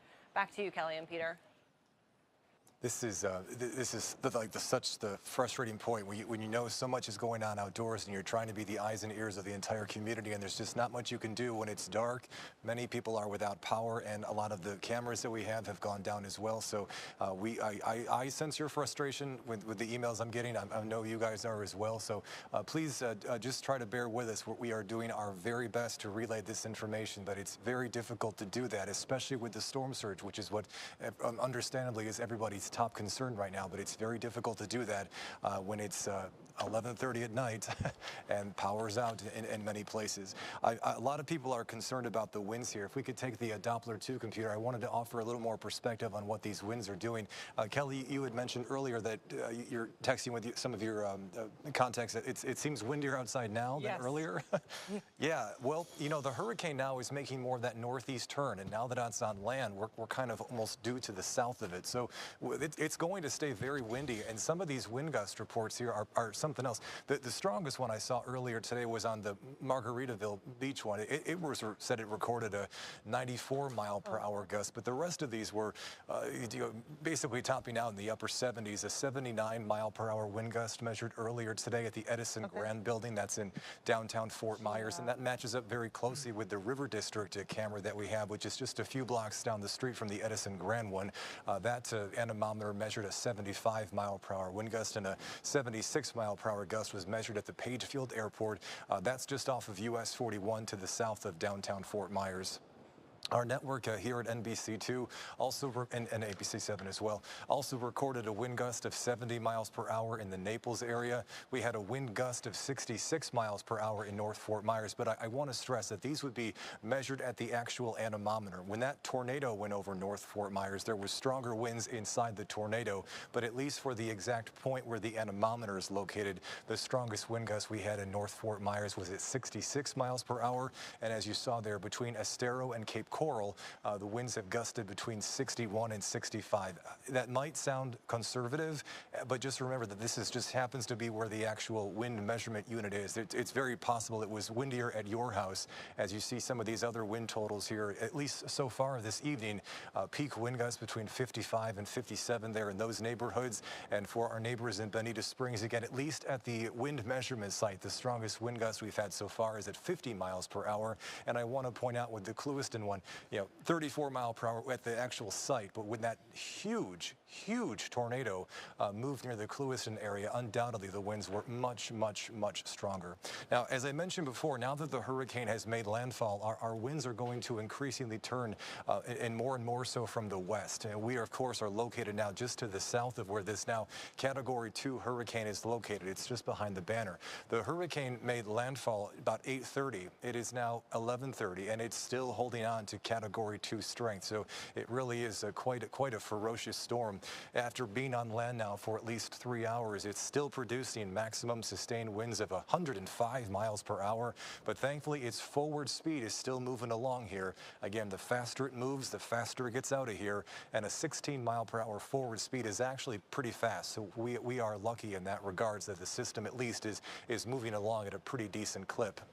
From the landfall point, which was pegged near Siesta Key, if you were to throw a paper airplane, it was about 35.8 miles to the northwest of Port Charlotte. So we came super close. We were in the cone the entire time, of course, for the possibility of a landfall in our area, but it came within 36 miles, it appears, of the Port Charlotte area. So that white line that you see that extends out from the hurricane icon is the past position line. So that's right where that the dead center point of the eye happened to be. One of the reasons the hurricane made landfall a little earlier than was at least anticipated yesterday is because of this jaunt here toward more of the east. As you recall, it was a big concern that the hurricane would have made landfall in the Tampa Bay area, but had it made landfall on Tampa Bay, it would have been going more north of northeast, and it would have spent more time over top of the water. So, you never want to wish a hurricane on anybody, but it is a little bit better big picture if it stayed here to the east, because it made landfall earlier and it was able to weaken a bit earlier. But again, it's been on land for quite some time now, and it's still a Category 2 hurricane. In terms of the wind impact in our local area, this is how the wind field is playing out right now. These areas shaded in orange show you the extent of hurricane force winds right now just northwest of the DeSoto County area. These areas shaded in here with these brighter right color, these brighter red colors show you where there's really, really intense winds on the northern side of the eye wall. And this entire scope here that's painted in yellow shows you the extent of tropical storm force winds. I know you can hear it outside, how unsettling it is. It sounds like everything is moving around you. But as the hurricane continues to pull toward the northeast here, it's going to pop out on the other side of the state. Going to be some really nasty weather to the other side of the state through the day tomorrow. But as you'll find here, finally, once we get to tomorrow night, the extent of this tropical storm force wind field will finally start to pull away from the peninsula. I showed this graphic to you earlier tonight, but this really is very important. If your concern is storm surge, you really have to make sure you're being really focused on the wind direction. Chief Meteorologist Allison Murray has been doing a great job showing you how the river level gauges are fluctuating in our area as we're approaching major flood stage in downtown Fort Myers. But I just want to do as best I can, offer you as much insight as I can here with what the wind direction is expected to be. So this is how the winds are oriented right now. It's mainly here on the north end of the Peace River, the north side of Charlotte Harbor, where the most pronounced onshore winds are on the harbor side, and then it's up along from Englewood to Minnesota Key and down to the south of the Cape Pace Peninsula. As we move forward in time, though, past the midnight hour, again, the hurricane's still moving 16 miles per hour, so the wind directions will start to change, and once we get to 2:30, 3 o'clock in the morning, there will no longer be an onshore wind for areas on the north side of the Peace River. Instead, that turns to more of an onshore wind for areas like in Punta Gorda Isles and southward toward Pirate Harbor and Burnt Store Marina. We still have an onshore wind to a degree on the Sarasota County coast and the western coast here of the Cape Pace Peninsula, but it is from a different direction, now from the northwest. And as we approach the sunrise hour tomorrow, again, the wind gusts, the winds picking up and gusting, they will still be fairly strong, but the wind direction changes once again, as by just before sunrise tomorrow, we have more of a west to east oriented wind across the area, and that continues in more or less of a western fashion as we get toward 8:30 and 9 o'clock in the morning tomorrow.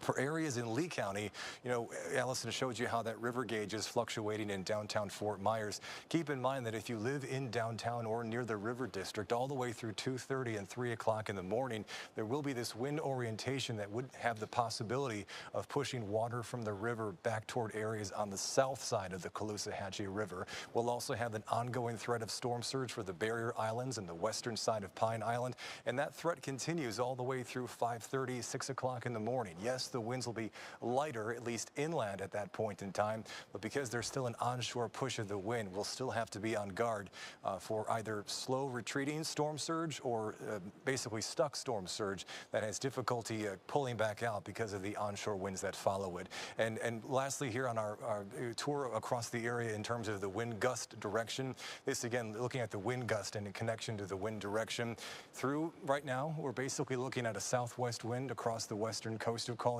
County. As the night goes on, the winds increasingly turn from the west. That again, as you know, is because the hurricane continues to move toward the Atlantic Ocean as it slices the peninsula kind of in two. And then as we get toward the sunrise hour tomorrow, it's more of a west to east oriented wind. So we will still have to be mindful of coastal flooding and beach erosion issues all the way through early tomorrow. As again, it will be very gusty, but especially over the Gulf because of the less resistance the air has over top of the water. So most especially in points west of US 41 toward the beaches, staying very breezy and downright windy for a good chunk of the day tomorrow. I believe now I'm going to send things back over to Kelly. Please do. Yes. We've been showing you images of transformers blowing. This is off of Santa Barbara near Cape Coral Parkway, and there are numerous power outages across the city of Cape Coral, in fact, across all of Lee County. We got reports that there might have been a substation on fire in the Cape, but from what we're hearing, we've been able to confirm that is not true. So Karen Ryan with LCEC is on the phone with us right now to tell us what the situation is. Karen, can you hear me? I can, Kelly, and I just got confirmation from one of our field people who made the trip out there, and it is confirmed that that substation is not on fire. Oh, that's good to hear. Yeah, I think it might have been a nearby house. It was just close to the substation. So what's the situation power-wise in Cape Coral, and then go into all of Lee County and the areas that you cover? Okay, that weather report was a great segue into what's happening with power. We have close to 50% of our system is without power. Much of it is in Cape Coral, but all of Sanibel, all of Pine Island is also out of power, and some outages in Marco Island, and even a few in Lehigh Acres. Karen, are you there? Our crew, okay. Yes, I am. Sorry, Can we you hear lost me? you for a second. I just want to make sure you were still Can there. you hear me? Yes. Oh, yes. So I was saying just under 50% of our service territory is without power. And we have many, many crews that are here, staged, ready to restore power. But we were just hearing about those wind gusts. They cannot safely go out there and try to restore the power when the wind is blowing like this. But as soon as it calms down, we'll have boots on the ground, and they'll be out there ready to do their thing. Yeah, you certainly don't want to put your staff members at risk or in jeopardy because at this point, you know, you just have to keep them safe first. We're showing lots of video people have captured of these transformers igniting. It's pretty incredible video in the night sky, and it's just not in LCEC in Cape Coral. It's across the area. So what is going to be the first? When do you think you might be able to get these crews out there to assess the situation? What will happen as soon as the wind can die down, we'll send an assessment team out. They will go out, assess the entire grid. What they will do then is they'll determine if there is main infrastructure that needs to be repaired. We have to start with that because that's where the power comes from. Once we restore the main infrastructure, we'll move on to essential services like hospitals, grocery stores, anything that people need to have their power restored. To get their life back to normal. And then from the essential services, we then focus, Kelly, on the areas where we can get the greatest number of customers on the quickest. And what we'll do is send crews there that they can get a lot of people restored with the least amount of effort, which it is still a big, huge effort, but without having to put a lot of resources in one place. Then from there, they'll go into the neighborhoods. And once neighborhoods are restored, then they'll hit customers that are maybe individual services that are out. Karen, I know it's probably still too soon to give people an estimate on when they might have power back, even though that question is certainly top of mind for our viewers. But can you give our viewers a sense of what kind of resources, extra staffing, crews maybe from other parts of the state or other parts of the country that are here to help expedite the process? I can. We have our regular LCEC complement of crews that are here and our contractors, but then we had close to 1,800 or 1,900 linemen. Some of them are already staged here, and if they're not here yet, they'll be here tomorrow or the next day, ready to start working and do what they need to do. And if we need more, we'll get more. Oh, Karen, we appreciate, I know it's late, and I know at your home in Fort Myers, you are dealing with flooding as well. You had some flooding during Hurricane Helene, and now there's water again. So we appreciate you always being there for us and always being willing to talk to us and tell us what the situation is with the power. And of course, people are listening. So as soon as you start to get your crews out, if you could let us know, we'd appreciate it. I sure will. I know I'll be talking to you again a lot over the next few days. Okay, thanks, Karen. Thank you. Bye. As Karen Ryan with LCEC says, a lot of people out of power in Cape Coral, and everyone on Sanibel and Pine Island has lost power. Yeah, 50% of their customers. This is video from Punta Gorda Isles that was just sent in. A friend of mine, Mike Crate, says he has about 2 feet of water in his house. This is historic. They've never seen anything like this, at least since he's been there. But you can see the video. They did put up some of the tape to try to keep it out. But yeah, there are the cars. That's his neighborhood in Punta Gorda Isles, and the water is starting to stream into homes. And this is a newer neighborhood and a brand new home. So you just have to hope that they were able to keep some of the water out. But take a look at that. It is just the storm surge is pushing it in and pushing it in. Yep, and we're Punta Gorda, Cape Coral, Fort Myers, everywhere along the coast tonight that is in danger of storm surge. This is our focal point right now, trying to figure out the power situation and the storm surge situation. So we are going to keep our eye on this. We are working the phones like crazy to try and get new video for you and keep you updated on the latest information. We are going to take a quick commercial break. It's been a while since we've taken one, so we'll be back in 2 minutes. Enhance your view with Armor View Window and Door. From window replacements to entry and patio doors, save on your energy bills, reduce unwanted noise, and stay storm safe. The choice is crystal clear. Choose the experts at Armor View. Get 40% off when you schedule your free in-home or showroom consultation today. From the groundbreaking hit rock musical, this is Broadway's Rock of Ages Band. Live and in concert from the original cast of the Broadway smash, the band erupts on stage. October 12th at Barbara B. Mann Performing Arts Hall at FSW. Buy tickets at bbmanpah.com. Hear your favorite hits from Journey, Bon Jovi, Poison, Foreigner, Pat Benatar, Def Leppard, and more. Check your email. It just went on the market. Knowing how much this house means to you, I put together an offer. So good to see you. I have to show you something.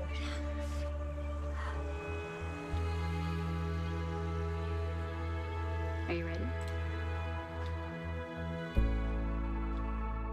To prove that you can get just as strong at Planet Fitness, we're seeing if people can tell the difference between our 75-pound dumbbell and a 75-pound dumbbell from an overpriced competitor gym. Okay, the old flick test, that never fails. There's literally no difference. Plus, you can save $28 or more when you join today. Wow. Why would I pay more to lift the same weights? It's the Planet Fitness Strong Choice Sale. Save $28 or more. Join for $1 down, $15 a month, cancel anytime. Deal ends October 10th. Planet Fitness. Light price, strong choice. This hurricane season, NBC2 and ABC7 are joining forces to bring you Southwest Florida's most experienced, most accurate storm coverage, together for one goal, to keep you safe during every storm. Get more from the weather experts you count on. All right, our Hurricane Milton coverage, of course, continuing until this threat is over. And the threat, we're really still in the midst of it, especially for areas in Punta Gorda and Port Charlotte as those waters continue to rise. And the threat is even more so just the amount of rain that is occurring into Tampa. That flash flood emergency continues. We'll get an update on Milton in just a few moments from the National Hurricane Center, as we get them hourly at this point. But it still continues to push off to the east-northeast at 16 miles per hour. 105-mile-per-hour winds is just remarkable. The fact that it made landfall about 3 hours ago, when it still has that real high wind gust. We're seeing the damaging winds continue even farther south into our region as the gusty weather does continue. Here's a look at the radar. First alert, live Doppler radar. That heavy rain is now pushing into the Orlando region. For us, light to moderate rain. And as far as the damaging wind associated with thunderstorms is not going to be in the forecast for us. What we are going to see are damaging wind potential, just because Milton is still a Category 2 hurricane as it sits right in the middle of Florida. So we'll continue with some light to moderate rain. Actually, I think I just heard some thunder outside, but I'm not seeing any thunder on First Alert Live Doppler radar. So what we're going to look at is some of the wind speeds, but remember, these wind speeds are going to be reflected at a few thousand feet into the air. As the radar beam goes out and the Earth tilts down, it's not getting an accurate reading from exactly where it is on the land. So you can't assume that these 60, 80 mile per hour winds are what we're seeing at the surface. You have to kind of shave a few miles per hour off of that. So 40, 50, even up to 60 mile per hour winds is what we've seen. And I would believe that for sure, because we've seen gusts up to 60 miles per hour even late into this evening for areas farther to the south as well. This is how far out those hurricane force winds do extend. So Arcadia, even just north of Fort Ogden, that area in that dark red is going to indicate the hurricane force winds. Now, they are about 74 up to about 105 at this point, but you're not going to see that consistent 105 unless you're into that northwest quadrant, where the back edge of that storm of Milton is at its strength and at its strongest point. It was last to come onshore, so it's kind of more intact than the rest of the system. But we still continue to hear Are we hearing that outside? I wonder if that's more. It sounds like thunder, or hopefully not any more transformers out there. Okay, so as far as the winds are concerned, we're seeing a little bit of a northerly direction for some areas. Northerly direction of the wind is going to be in our favor, but we still have that westerly wind as well. This is a look. Okay, let's take a look at tower cam. We're having some transform. I didn't think it was going to be thunder. Let's take a look at our tower cam. If we could pop that up, we'll kind of talk over it here. Yeah, that seems to be some transformers seem to be blowing. 4 just within the past few minutes, you're saying? Okay, so that would make sense of what we're hearing, that noise. So more power outages will continue for this evening. If your power just went out, well, you're probably not hearing me at this point, but we are streaming on the radio as we've been broadcasting for a few hours now. Okay, let's come back to the weather graphics here. Winds continue about 40 miles per hour. That's pretty strong at this point in the evening, but the onshore wind even into Lehigh, winds out of the west 37 miles per hour.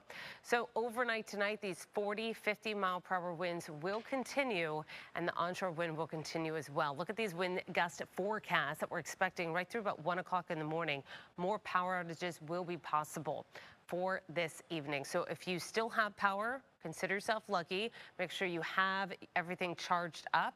You can always stream us. If your data on your phone is working, you can stream on YouTube. And also, we are on the radio, and we've been announcing those radio stations. Pretty much anything with a good signal, we're going to be on there. All right, I do want to kind of, before we go through the winds, I am going to step off and show you an update on some of the river gauges. I know that's on top of mind for a lot of regions. I have seen some reports of some good news as far as some things starting to come down. However, I am cautiously optimistic because there are some areas that are seeing a little bit of a mini kind of tide before that peak high tide comes around sunrise. This is the river gauge at downtown Fort Myers. Let me make this full screen so we get a good idea. And if you're still listening instead of watching, we'll kind of walk you through here. The latest observation at downtown Fort Myers is just under 5 feet. That major flood stage is 5 feet. So we're just inches away from that major flood stage. We're 2 to 3 inches away from the levels we were at with Helene. We may have that water recede briefly, because we do have this kind of little tide before that main larger high tide comes around 8 in the morning. And that high tide is even higher than what we would see before it drops a little bit. So we'll kind of keep our eye on that. We have not seen those ones go down. We have seen some reports in parts of Port Charlotte and Punta Gorda of a lowering, kind of water receding just a bit. This is in Port Charlotte. We have that gauge at about 4.7 feet. That was at about 11 o'clock. And then now, as we head into the evening, it's starting to drop just a few inches or so. And we've also seen that continue. Let me show you the Naples one. The Naples Bay, we have seen a little bit of a recession as well. This is earlier, it peaked at 5:08 at about 9:30, and we've seen it drop about almost a foot, about 10 or 11 inches in parts of Naples. There's some positive news for sure. Until we get this report from downtown Fort Myers to update, that's going to be dependent on how the water is continuing to rise in parts of Cape Coral and North Fort Myers as that water continues to push up the Caloosahatchee. So we'll continue to watch that. So again, I think we might see the waters recede maybe or stop increasing for 1 to 2 hours, but I am not going to think that we're in the clear until the sun comes up. That will be the peak that we can see, and then we'll start to see the waters go back down a little bit. As far as the winds being 40, 50, 60 mile per hour gust, that will continue for the evening. I think that's why we're seeing some of those transformers start to blow as well. This is tomorrow at 1 o'clock. That northerly direction of the wind will change everything up. We'll start to see improving conditions around our region. All right, I'm going to send things back over to Peter. All right, Allison, we've been keeping an eye on what's going on in downtown Punta Gorda area because we've heard the water is rising. We can't get our reporters there yet, but we found a gentleman who's a homeowner who lives on Olympia Avenue. We actually showed you his video about 20 minutes ago, about 2 feet of water in his garage at the time that he took this video. His name is Hal, and Hal joins us on the phone right now to give us an on-the-ground report. Hal, thank you so much for joining us on NBC2 and ABC7. Can you tell me, is the water still going up or has it stopped? No, it's going down. Thank you. I appreciate you guys talking with us. I would say about an hour ago, it probably peaked. And as of right now, I think it's probably down 5 or 6 inches from where it was. I don't know elevation-wise, but in my garage, it peaked out at like 29 inches above the floor, which is 12 inches more than I had with Helene. So, but we didn't get any into the house, so that's a great thing. Okay, that's awesome to hear that it's actually starting to recede. We hope that is the case in other parts of Punta Gorda and Charlotte County, because we were certainly worried that it would continue to rise. Have you noticed any homes on your street? Did they get water inside, or did everyone else, were they able to contain it to the garage like you? No. Unfortunately, most of the older homes, probably if not all of the older homes, got more water in them than we had just last week when we had Helene go through, which was, Helene was the most water I've ever seen until today. Like back to back.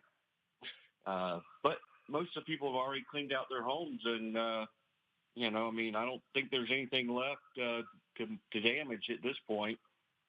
I guess there's the one silver lining. You just had to tear out some drywall and might not have to tear it out again because it's already ruined. So it looks like you were a little bit more prepared for this one. You've got a canoe in your garage with some supplies in it. Oh, yeah. Yeah, I get better every time. All right, Al. Well, thank you for checking in with us. It's great to hear that the water is starting to go down on Olympia Avenue, your part of Punta Gorda. Thank you so much. Stay safe. All right, we're going to take another quick break, and we'll be right back.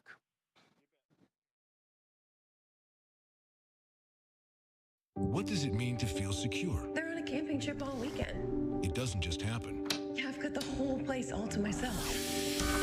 It's by design. PGT custom windows and doors are designed to keep unexpected events on the outside and you safe on the inside. I'll be just fine, Mom. That's the freedom of PGT.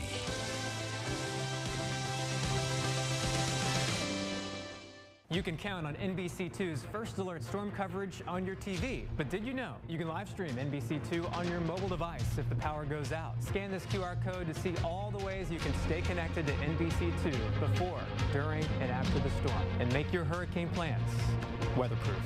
And to make sure your plans stay weatherproof, download the NBC2 app for real-time weather updates right at your fingertips.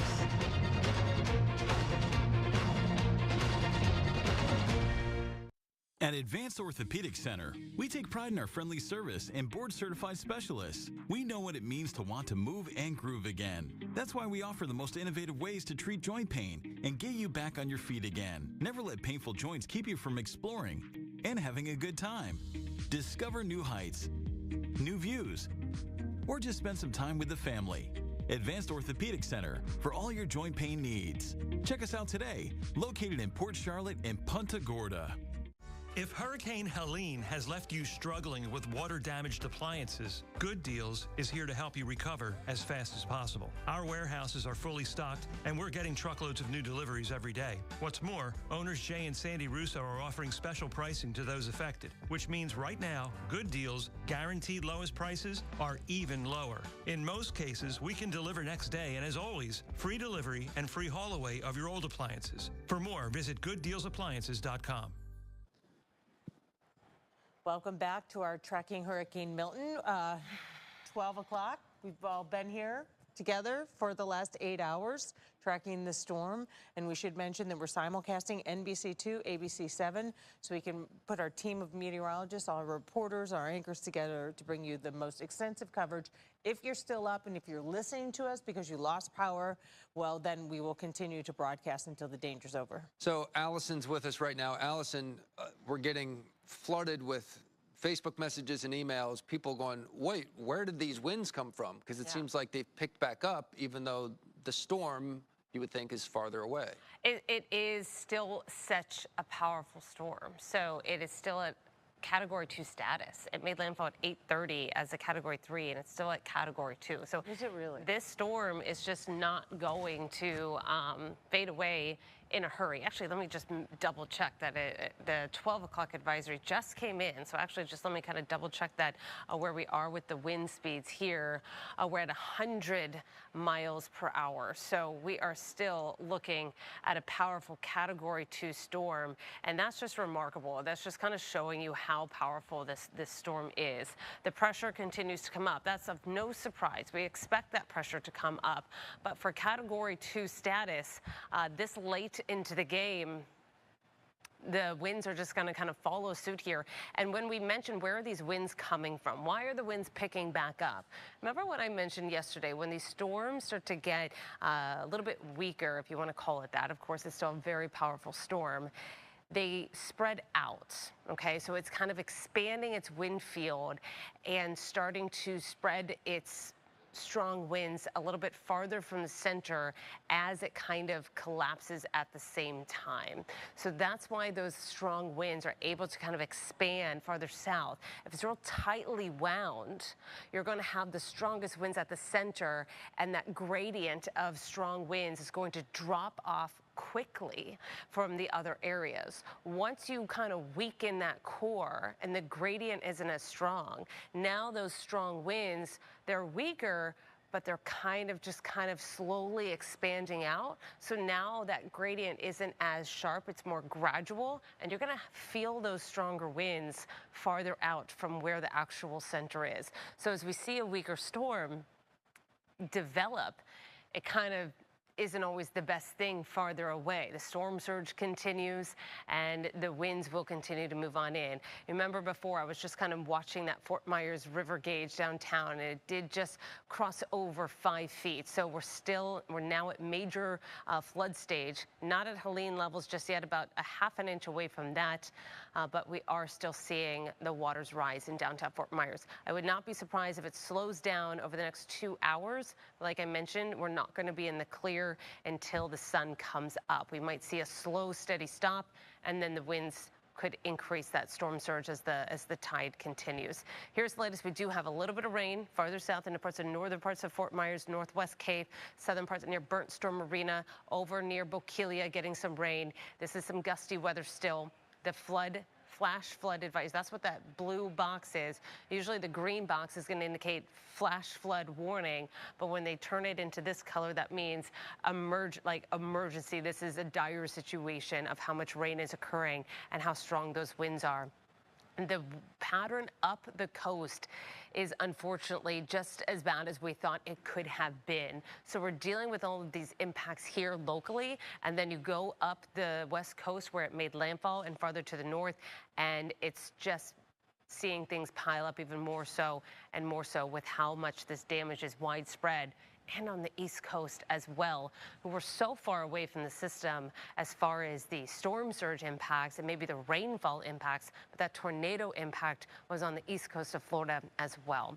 Here's the latest, and we'll get an update on this momentarily. It's just after 12. Sometimes this takes a few minutes to update, but because of that red color indicating those hurricane force winds, it's in DeSoto County. The storm is well to the north, so I think this will update, but it's still just a sign to show of how this hurricane force winds are relentless. And it's just going to take a while for them to kind of fan out and die down completely. And because, you know, Florida's, it's moving quickly, but it's just not really taking that real dry air. It's really kind of weakening from the wind shear and also the lack of Gulf moisture, but it's still dealing with that widespread Category 2 wind speed. As far as the winds are concerned, it says Port Charlotte, the south-southeast. I'd be hesitant to believe that direction. We are starting to see the winds turn more westerly and out of the west-northwest, 30-mile-per-hour wind gust, sustained winds. We're seeing gusts higher than that. We've seen that come down from 40, 45. Now we're in that 30-mile-per-hour ballpark range. As we head into tomorrow, we'll be 20 to 30, but it will stay breezy for some time into tomorrow. Here's that little little bit of rain moving through Bernstone Marina, moving through Bokeelia. That's just a little bit of light rain, and Babcock Ranch getting some maybe some breezy conditions as well as that pushes off to the north. We're seeing those high wind gusts, but again, that's going to be an elevated report. We're still going to expect those to continue for a while. We expect the winds to slowly diminish across the region. We will still have winds about 30-mile-per-hour gusts through tomorrow. Again, we're going to be tracking that storm surge threat for the next few hours.